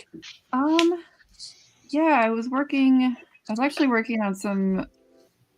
I'm working on issue 2 is my big thing. I did just finish. Let me see if I can pull it up real quick on the thing. Oh, no. I just made. Oh, cool. Yeah, I just did a little zine. I wrote a short horror story and I kind of fished it around, but it was a little bit too long for most of the things I was looking at. So I ended up just printing out on my own, and I hadn't done like mostly prose in a long time. But I just have I haven't stapled it yet, but just have like little illustrations in there. So it's mostly text, but yeah, I got some got some drawings in there too, and that was kind of nice, fun little break. I hadn't done that in a while. Are you gonna have that anywhere locally? What's that? Are you gonna have that available anywhere locally? 'Cause I want one. Yeah, I'll probably bring it to a couple places. I've got my stuff at a place. It's called Flop, it's called Odd Mart, I guess. But they do a bunch of like weekend promotions where you can bring your stuff at tables. It's over in Minneapolis, and then I think I'll be doing a con in Madison in August, and then I think the next local event is like October. It's whenever Fall Con is, but yeah, don't have very many cons lined up this summer. My working schedule's kind of weird, and so yeah, I haven't signed up for as many conventions this year, but yeah, a few things late summer, early fall. Cool. I might head down to Odd Mart then, see if I can grab it. That's super rad. Yeah, I would love to check out that zine too. And that's super rad. Do you print it at home, basically? Is that what you did? Yeah, I just print them at home usually. And you just got the colored paper for the cover, or is the interior colored as well? Just the cover is just like a yellow. It's just like simple yellow paper. You can get it like Office Max. But yeah, usually if I'm just doing something that doesn't really need gloss, I just do pretty basic printer paper. That is awesome. I'm gonna start doing that because I have a pretty cool printer, and I have a cool Epson printer that I want to try to do that more with. Nice.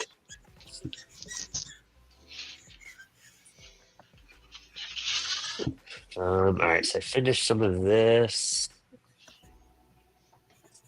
I need to touch this up a little bit. Make my circles more circular. Those Gatling guns aren't easy to draw.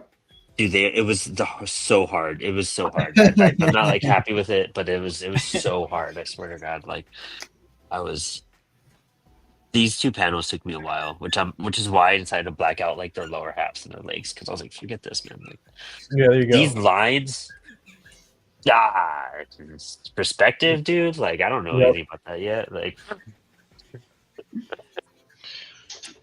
my buddy that I work with doing this workshop, and he and I have done some comic stuff together too. Like back in the day when he was just starting to like try to do some comics and stuff, he would give me stuff to ink over, and I would like re-pencil pieces of it because they were like out of perspective, and he's like, "Oh yeah, I see why you did that." He's like, "Yeah." He's like, "Was it really that bad?" And I was like, "Yeah." Wasn't trying to hurt his feelings, but also wanted to look good, you know. Yep. The plight of the inker. Yep. Do I fix it? You're obligated to, right? You're obligated to. I don't know. That's what I always ask. Yeah. Unless it's so I ink our other book, my other book, Tales of the Mirror. I don't pencil it.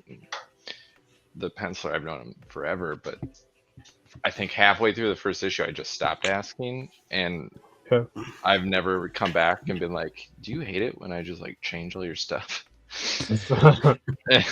I need to do that sometime, but I'm kind of scared of the answer. But Yeah. I generally, if someone asks me to ink something like they did, I ask whenever I do any of it. But it does feel like an obligation. Yeah. Well, he's also a pal of mine, so like if he really hated it, he would tell me probably. But I just think of like that anecdote of Ed Piskor asking Klaus Janson. It's like when they have two left hands, what do? Do you just leave it or do you fix it? And it's like, you fix it. It's very true, right? Do you, as an inker, like, you know, in that sense, like, how do you feel like when you make a mistake? Like, are you really focused on like just being as perfect as possible, like taking on that stress, or are you just trying to also have fun with it? I mean, for me, when I ink, my thing lately, my mantra is like more Dan Green, less Charles Burns. Did I talk about this last week? Yeah, I think you did. When I found out that I haven't read any Charles Burns before. Well, he's so tight. He's so tight and perfect, and like that's cool. But making a squiggly mark like is like something in the background or like a reaction to something.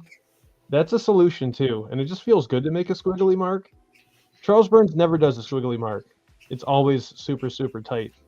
Like just you know put the vocabulary of a mistake into your work so that way if it happens it flows.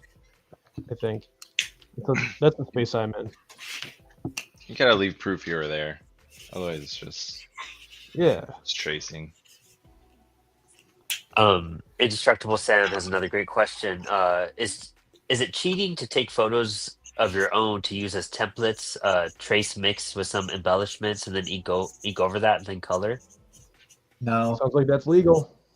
Yeah, that's a cool thing to do, honestly. Like, and that's how you get some personality out of it too. Because like the photo you're taking for one is like how you're viewing something, and so it's your shot that you're basically just putting into permanence, and then you're adding that to your art. And of course, you could probably like look at it and then try to like recreate it.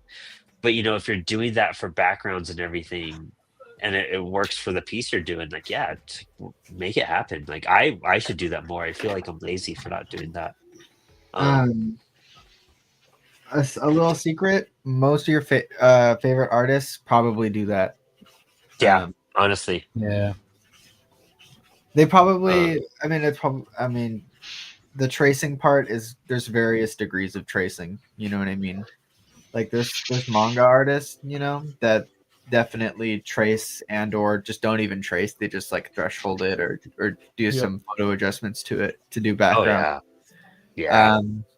I know Jason Sean Alexander, he'll do all of his layouts, and then he'll spend like a week with models or with himself just taking all the reference photography for everything. That's awesome. And then going off that.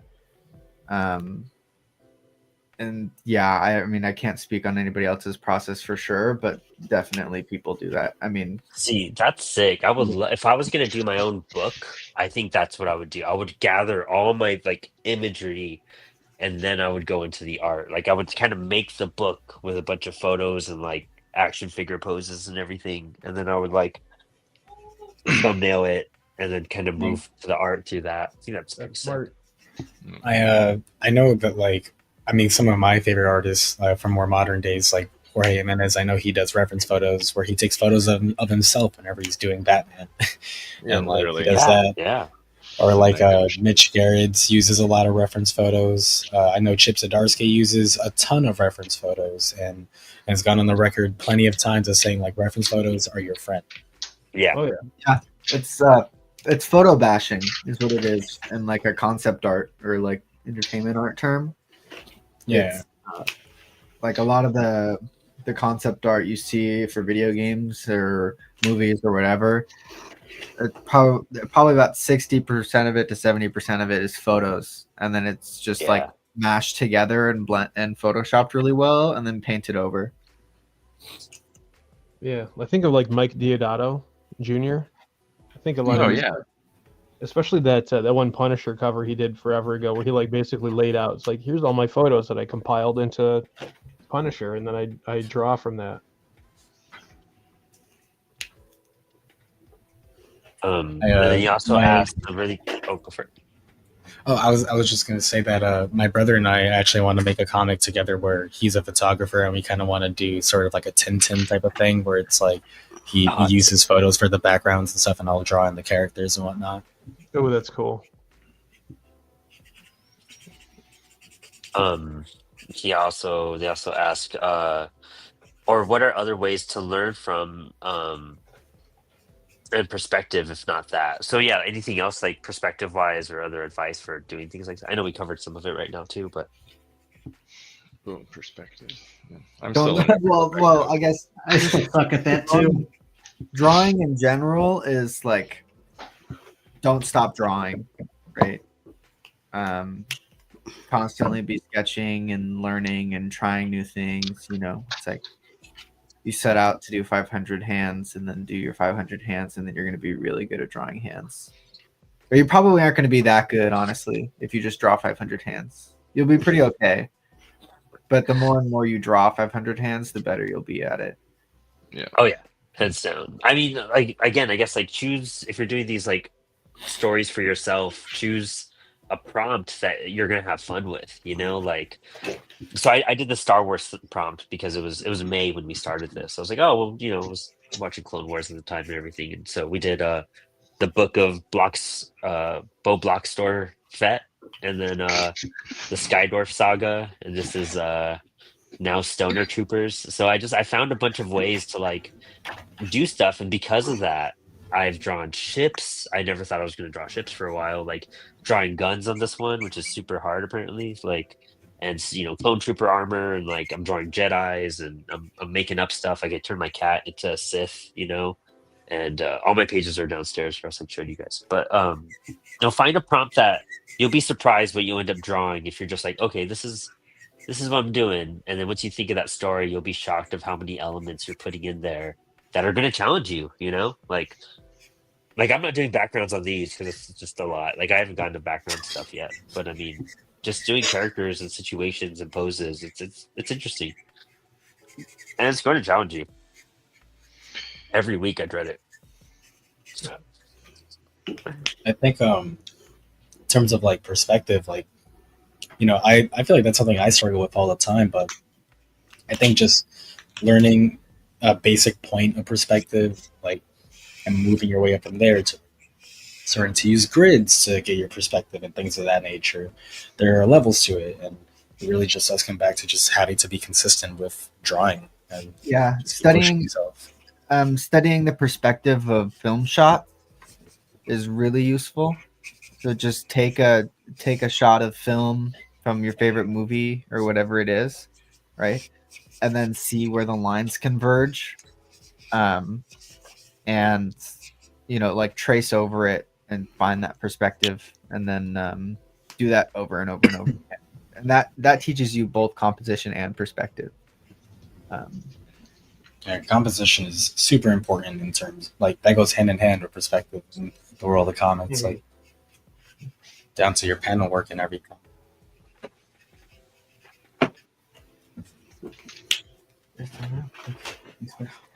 This my story. Oh. Do it. Cool. Yeah, there's 2 pages. Cool. That's over Hi, here. everybody. Hey, Hello. Milo. Rat Race Comics Hi, even says, everybody. hi Milo. Rat Race Comics been said, it's what the pros do. They just don't talk about it in terms of, you know, tracing and everything. We got to get Rat Race on here soon too as well. They've hit us up to come on the show. Got to add a bunch of people to the group chat. And then Ilum Kenobi says, good old Greg Land. Oh yeah.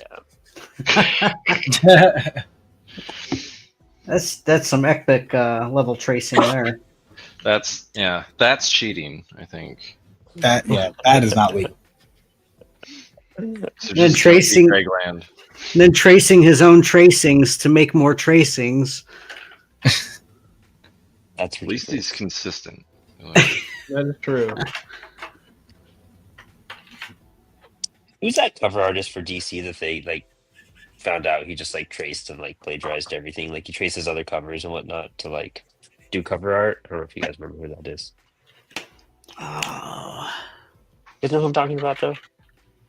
Is it like Francesco something? I don't know. It's not Andrea Sorrentino, right? You're gonna flame Yeah. somebody who's not. It's funny. Alex Ross? I don't know what you're talking about. What do you, Brandon? It's actually everybody. No, I know you're talking about somebody specific, but like, you know, I feel like most people, if they're doing a cover, they just go look at other covers and then they're like, "That's cool," and then they steal like little bits from everything. You know. Francisco Matina, Mm. who was accused by like other people have like accused him for plagiarism on a bunch of stuff. Damn. Damn, but you know, I don't know, but you're right, because even Joel Jones has been accused of plagiarism. I just typed that in and it was kind of crazy what popped up here. DC artist accused of tracing Marvel X-Men art, like Even the pros do it. You know what I mean? Like, That's how you know you made it, is when somebody accuses you of ripping off somebody else. Hmm. and sometimes like when you think of poses and whatnot, and you think of like a cover or pose, sometimes there's only so many things you could do, and it's gonna fall along the lines of one of the millions of comic covers that have been created. Like sometimes it could just happen.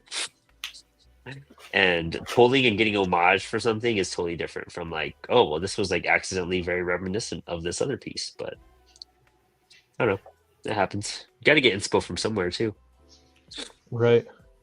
It's really weird is when you get accused of ripping off yourself. That's amazing. That's how you know you've really made it, when you're just like getting accused of exactly that, and you're like, oh, do you realize like I'm the one who made that originally? So I'm Yeah. doing myself actually. So what's your point? Call me out.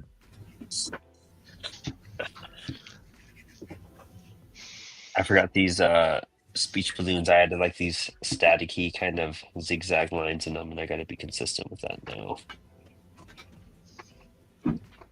Oh, Max, you'd be interested in this, and I'll send it over.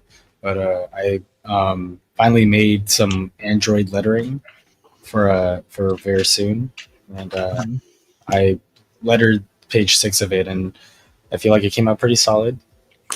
Dope. I think I don't remember. I think for Avalon, I ended up making like a custom geometric font for Alex. Oh, nice. That was fun to do. It's like, it's like those weird sci-fi fonts where like they're like half illegible, because they're different parts. Yeah, so I did that for Alex, and then that was a long time ago, and I'm pretty sure I told him, I was like, don't worry about it. Like if I need to do something with it again, I'll remember. It's super easy. I have no freaking clue what the hell I did. I have to go back and figure it out and look. I feel you in that. Pretty hyped. Avalon's making some progress with Bob Little. He's killing it right now. The book's gonna be dope. I procrastinated making that Android lettering for like a month. I was like, That's funny. like And you knocked it out like in a few days too. once I had it, I was like, okay, like I can do this. Have you seen Nate Picos's stuff that he's doing for MyCam? Yeah. No. Cool. Oh, it's cool. Yeah, it's really cool. I love how they teamed up with them too. He made like a new alphabet with this Oh, wow. harsh Russian, like geometric kind of looking lettering. Yeah. Made a whole custom alphabet for them. And they're using it on all their stuff right now. That's awesome. I love Nick Picos' stuff. Yeah.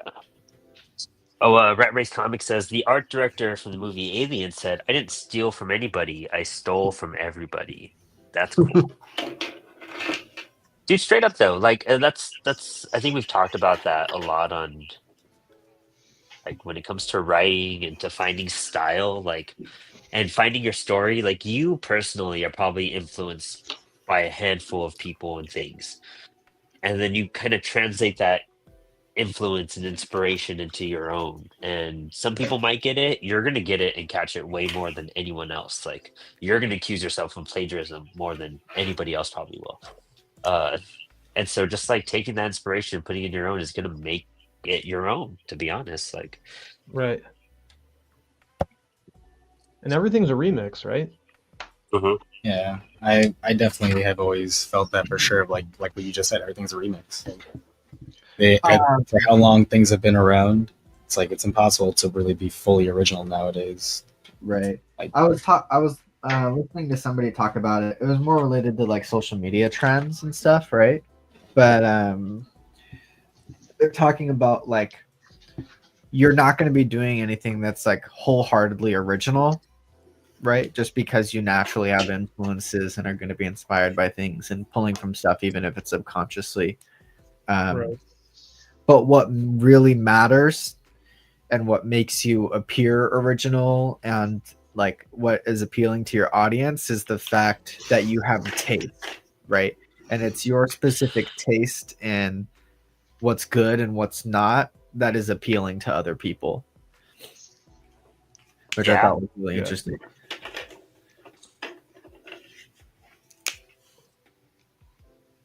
No, it's very true. I mean, look at.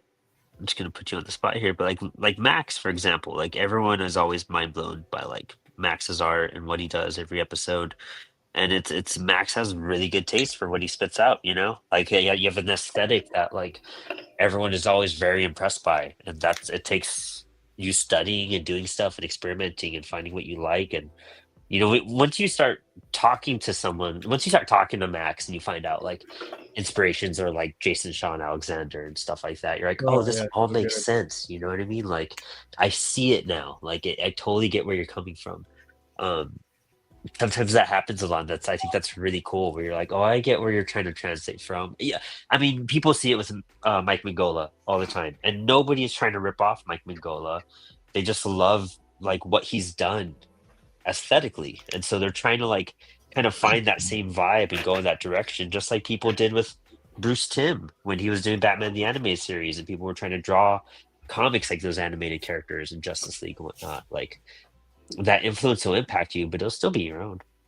I mean,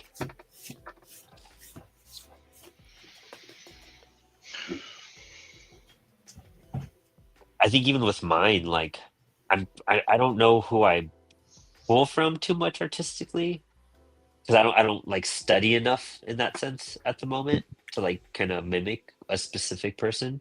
I think Max and I have been wanting to do that for so long is just do study episodes, and I think we'll get another one of those in soon. Um, but then again, making a comic page every week is kind of like a study episode. So For sure. Jason Chan Alexander's another one of those artists that he had to like pay bills suddenly or something. He had like a 60% off his store, including commissions. And Yeah. then I looked at the price of his commissions on there too, and I was like, it's like $700 on sale, but like it would be worth it. yeah. Oh, for sure. Have you met him or no? I have not. No, I wish. So I took a. I'm trying to think about when I think I was a sophomore in college, and I was just getting serious about wanting to do comics. I was like, comics are what I want to do. I want to make one, right? Yeah.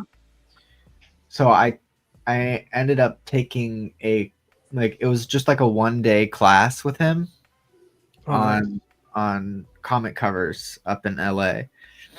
And so I met him and I learned a ton about what he did and how he works and like composition and so much invaluable stuff just about comic making in that one day class. And then the next year I went to San Diego and I handed him a copy of the Apollo City Punk anthology and was like, here you go, unpublished because I took your class, you know? I was Nice. cool. I was standing That's with Max awesome. during that moment, and I was like, Yeah. "Oh, Yeah. that was And neat." so like he's a really down to earth guy. He just He's does so it cool. because he loves it. He's such a freaking workhorse, man. Yeah. And yeah, it's really cool. And even knowing his story too, right? Like he did comics in the like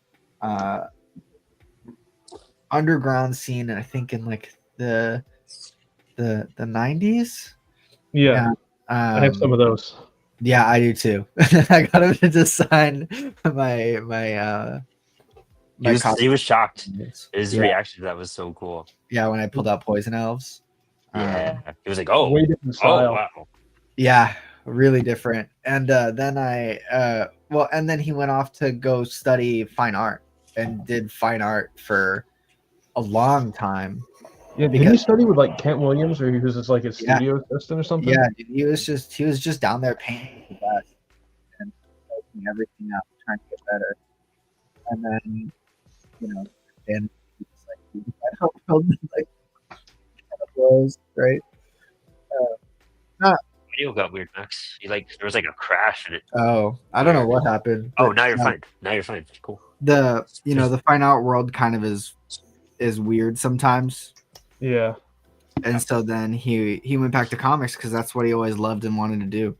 And he was just so good after that I mean everything is blown up for him. Look at Jay Louder. He was a fine artist, fine art, got a master's in fine art, and he was a painter and everything. And so his work in comics, I feel, is so elevated because of his experience and knowledge with color and all that. Like, it's really cool seeing what he's turned into. Yeah. Max, have you read Empty Zone? Yeah, I have. I think I have multiple signed copies of Empty Zone. Oh, yeah, so good. Yeah, it's really good. He's I don't know if you saw, but I was heartbroken because he was redoing it for Image, and then his computer crashed and he lost all of it. Oh gosh. All that work that he'd been doing to relaunch the book just gone. And he's like, dude, somebody doesn't want this book to get made. I would cry. Yeah. Yeah. Probably the last question for the night as we start to wrap up too, but Instructable Sam, I'm so glad you're asking so many questions. It makes me so happy. Says the topic was brought up / debated / discussed in a superhero course I took last term. Any opinions or personal guidelines on writing and drawing characters that are different background, age, gender, race? So I guess just finding very versatile and diverse characters. And before we answer that question, I just want to bring up this next comment. These are coming from Instagram too. I'm getting better at paying attention to both pages. But south of the border, much love from Tijuana, Mexico, baby. Hey, there you go, dude. I love when people from Mexico pop up because those are my people. Really quick, is it Instagram or is it Twitch? Because to me, it's the Twitch logo. Oh, when I pop up the questions, it's I'm pasting them from Instagram, but sometimes they pop up as Twitch too, depending because it's putting the question on Instagram and Twitch when it pops up. Okay. Yeah, I get your confusion. Threw me off for a second too, but thanks south of the border, dude. I miss home. You know what I mean?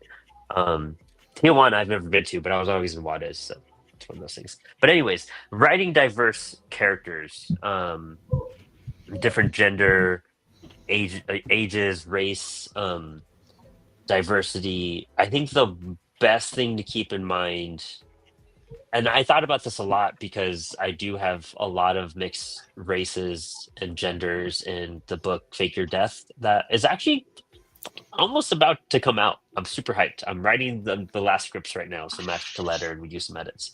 Trying to finish all the art. I'm so hyped.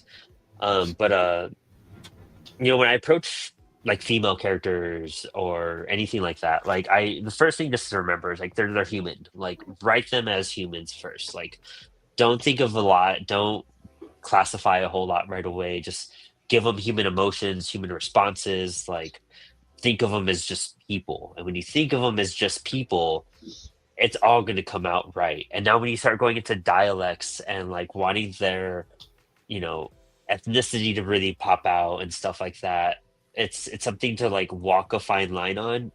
In that case, make sure you're studying and talking to people like that until you understand and get feedback from them. Like I write a lot of female characters, so I make sure that when I ask for feedback, I go to a lot of my friends that'll give me true responses and being like, no, this does not sound right, or this is stupid. Don't ever say something like that. You know what I mean? Like try to get people that will give you honest feedback on how these characters sound for what you want them to sound like, and it'll come off genuine.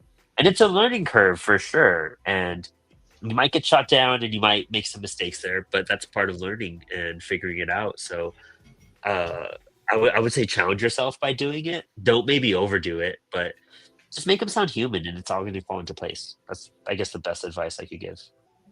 I think one of my favorite things that I've heard is from Jordan Peele, where I was studying some stuff like between horror movies and whatnot, and how he had a whole quote comparing like his movies, Get Out and Us, and how when the movie Us came out, it wasn't as like widely received as like maybe Get Out might have been, and how for some people they were upset that it wasn't as like driven in terms of like political or like racial purposes. And he had a great response to that of just saying like, you know, I kind of prove that sometimes in a movie it can be about race, but sometimes it's just about black people. And it's just like it's as simple as that. It's like, and sometimes it can go both ways. Like you can say something really profound with the characters that you have that are diverse and ethnic, or sometimes it's just that's just who they are and that's it. And you don't have to make much mention of it and just continue on with the story. I was trying to remember who said this, but it was somebody who was like editing a Neil Gaiman book, and he had like a trans character, right? And there was like a lot of really weird emphasis on that the character was trans, but there was no like actual story reason for it. And like it's all good to have diversity in a book, just to have diversity or whatever, right? But if you're emphasizing that point, but there's no real reason to it, then it doesn't like feel genuine or land with your reader. It's gonna feel forced. Yeah. Yeah. And so like there's, you know, you're telling stories about humans and people, and there are all kinds of different people, right? But it's not there's no real reason to emphasize that people are different, right? Unless that is what you are trying to tell in your story, and that's the message you are trying to convey, right? That people are different and that we all deserve the same love and care and rights as everybody else. If that's the point of your story, then absolutely make a point of it. But otherwise, you're just telling stories about humans and characters. Yeah. And Yeah, just talking about humans, you know. We all get heartbroken, we all get angry, we all, you know, we all laugh. You know, it's finding that essence and carrying it through. Honestly, I think that's probably where I pulled that advice from, was that, you know, I was a Neil Gaiman fanboy, so that makes sense. But you know, we can't say too much of that now.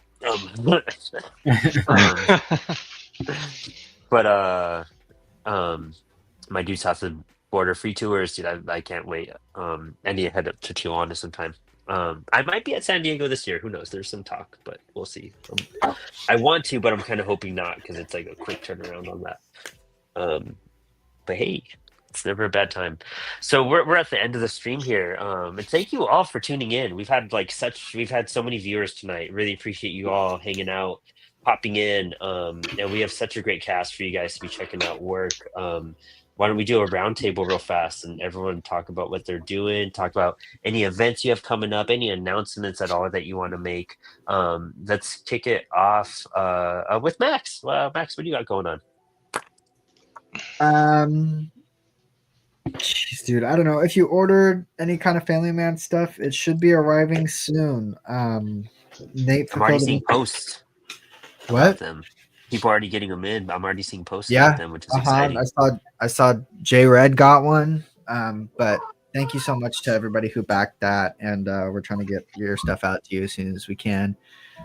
Other than that, I'm gonna be a little on and off on the comic stuff because I've got Blueberry Festival coming up here in my hometown and working on some specifically Alaska stuff for that.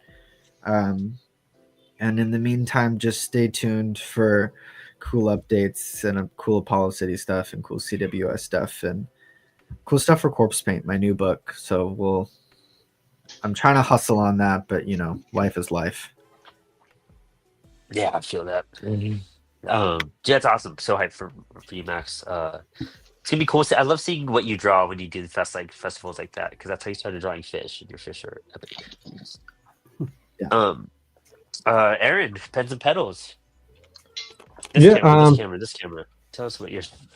Yeah, I'm working on the Halloween special for Wesley the Robot, which I'm going to debut at SPX this year. So, just a robot going to a pumpkin patch and going trick or treating. Oh, I forgot I get to see you at SPX. That's so hype. Cool. Yeah, I got in through the lottery. I already got the hotel and everything served. That's really I think that's the only event I have coming up in the fall. I'm gonna But, get some physical copies. I meant to get some at IC3, but that was just Oh insane. yeah, But I need, for sure. yeah. Yeah, we can get you excited. those. Yeah. So I'm shocked at how much I got done tonight too. Honestly, that's another reason I like doing these things and like talking with people about comics. I feel like the comic book energy flows through me and I get more done. Dude, same. I killed it tonight. I didn't think I was gonna get this much done for me to already jump on inking. Like, I'm glad. I felt like crap when we started the show today, and I had a great time. Freaking awesome. Goblin, Yeah. thank you so much, Aaron. You're amazing. Yeah. Well, thanks for having me. Of course, anytime you want to hop on. Well, you're out of school right now, so I figure you're gonna be here all summer. So Yeah, be careful what you ask for. I might show up. Goblin Grimm, what do you have going on? What do you any announcements or anything? I'm mostly just doing a couple of local shows next month. But other than that, I don't really have anything for the rest of the year. But I have 3 horror comic books I'm working on right now. I actually hired out. That was the cat. I hired out some friends of mine that are writers to do the writing on some of the books that I wanted to work on myself, and then one I wrote myself. So I will be working on those all winter long. Other than that, I just got the Hell's Bells comic in my shop right now, and that's about it.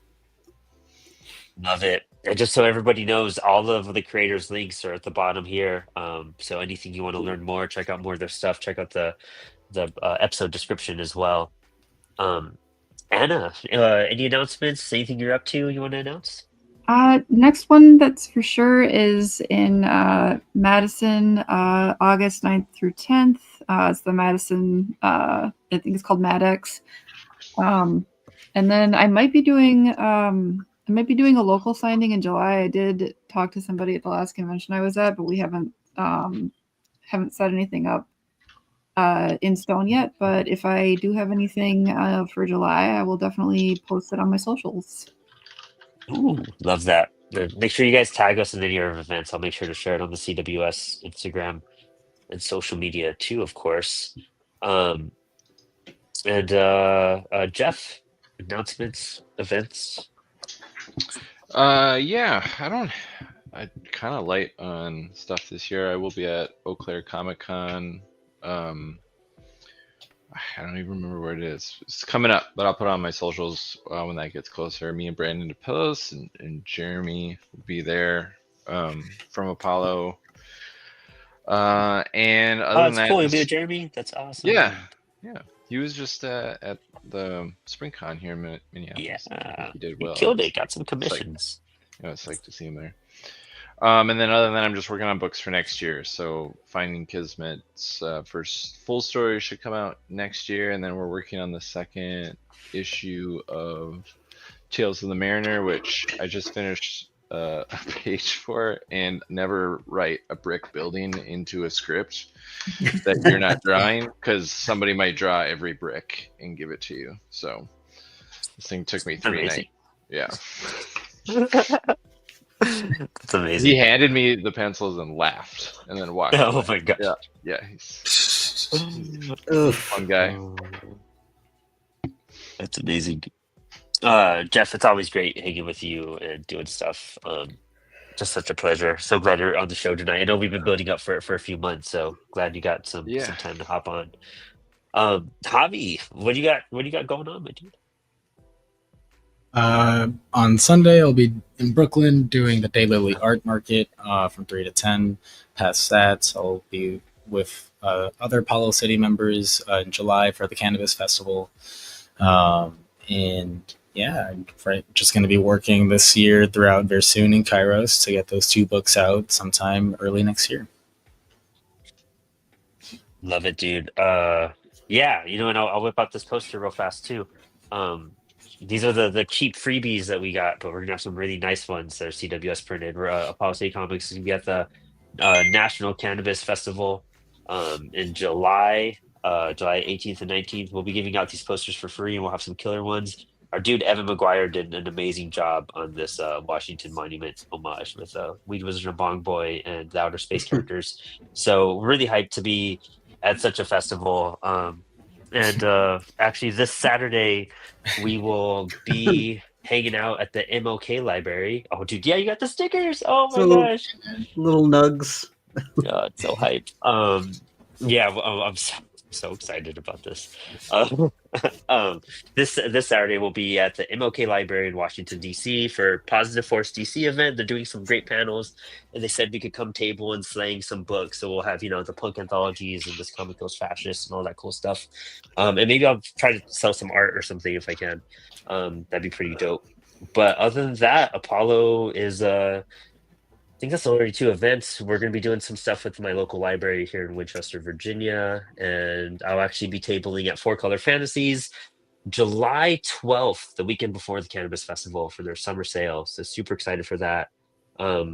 Yeah, really hyped. Apollo has some great announcements coming out. We just hired some new editors onto the team, and so we were going to be pumping out books, and I'll have Teenage Babylon 1 will be coming out soon. We just got a preview of the cover, which is beautiful. And Fake Your Death, I just gotta write the scripts and it will come out. I just gotta write. So we'll get to that. Other than that, thank you all for tuning in. Comics Wellspring has some crazy announcements coming out in the next 2 weeks. Make sure you tune into our live Inspired Ink.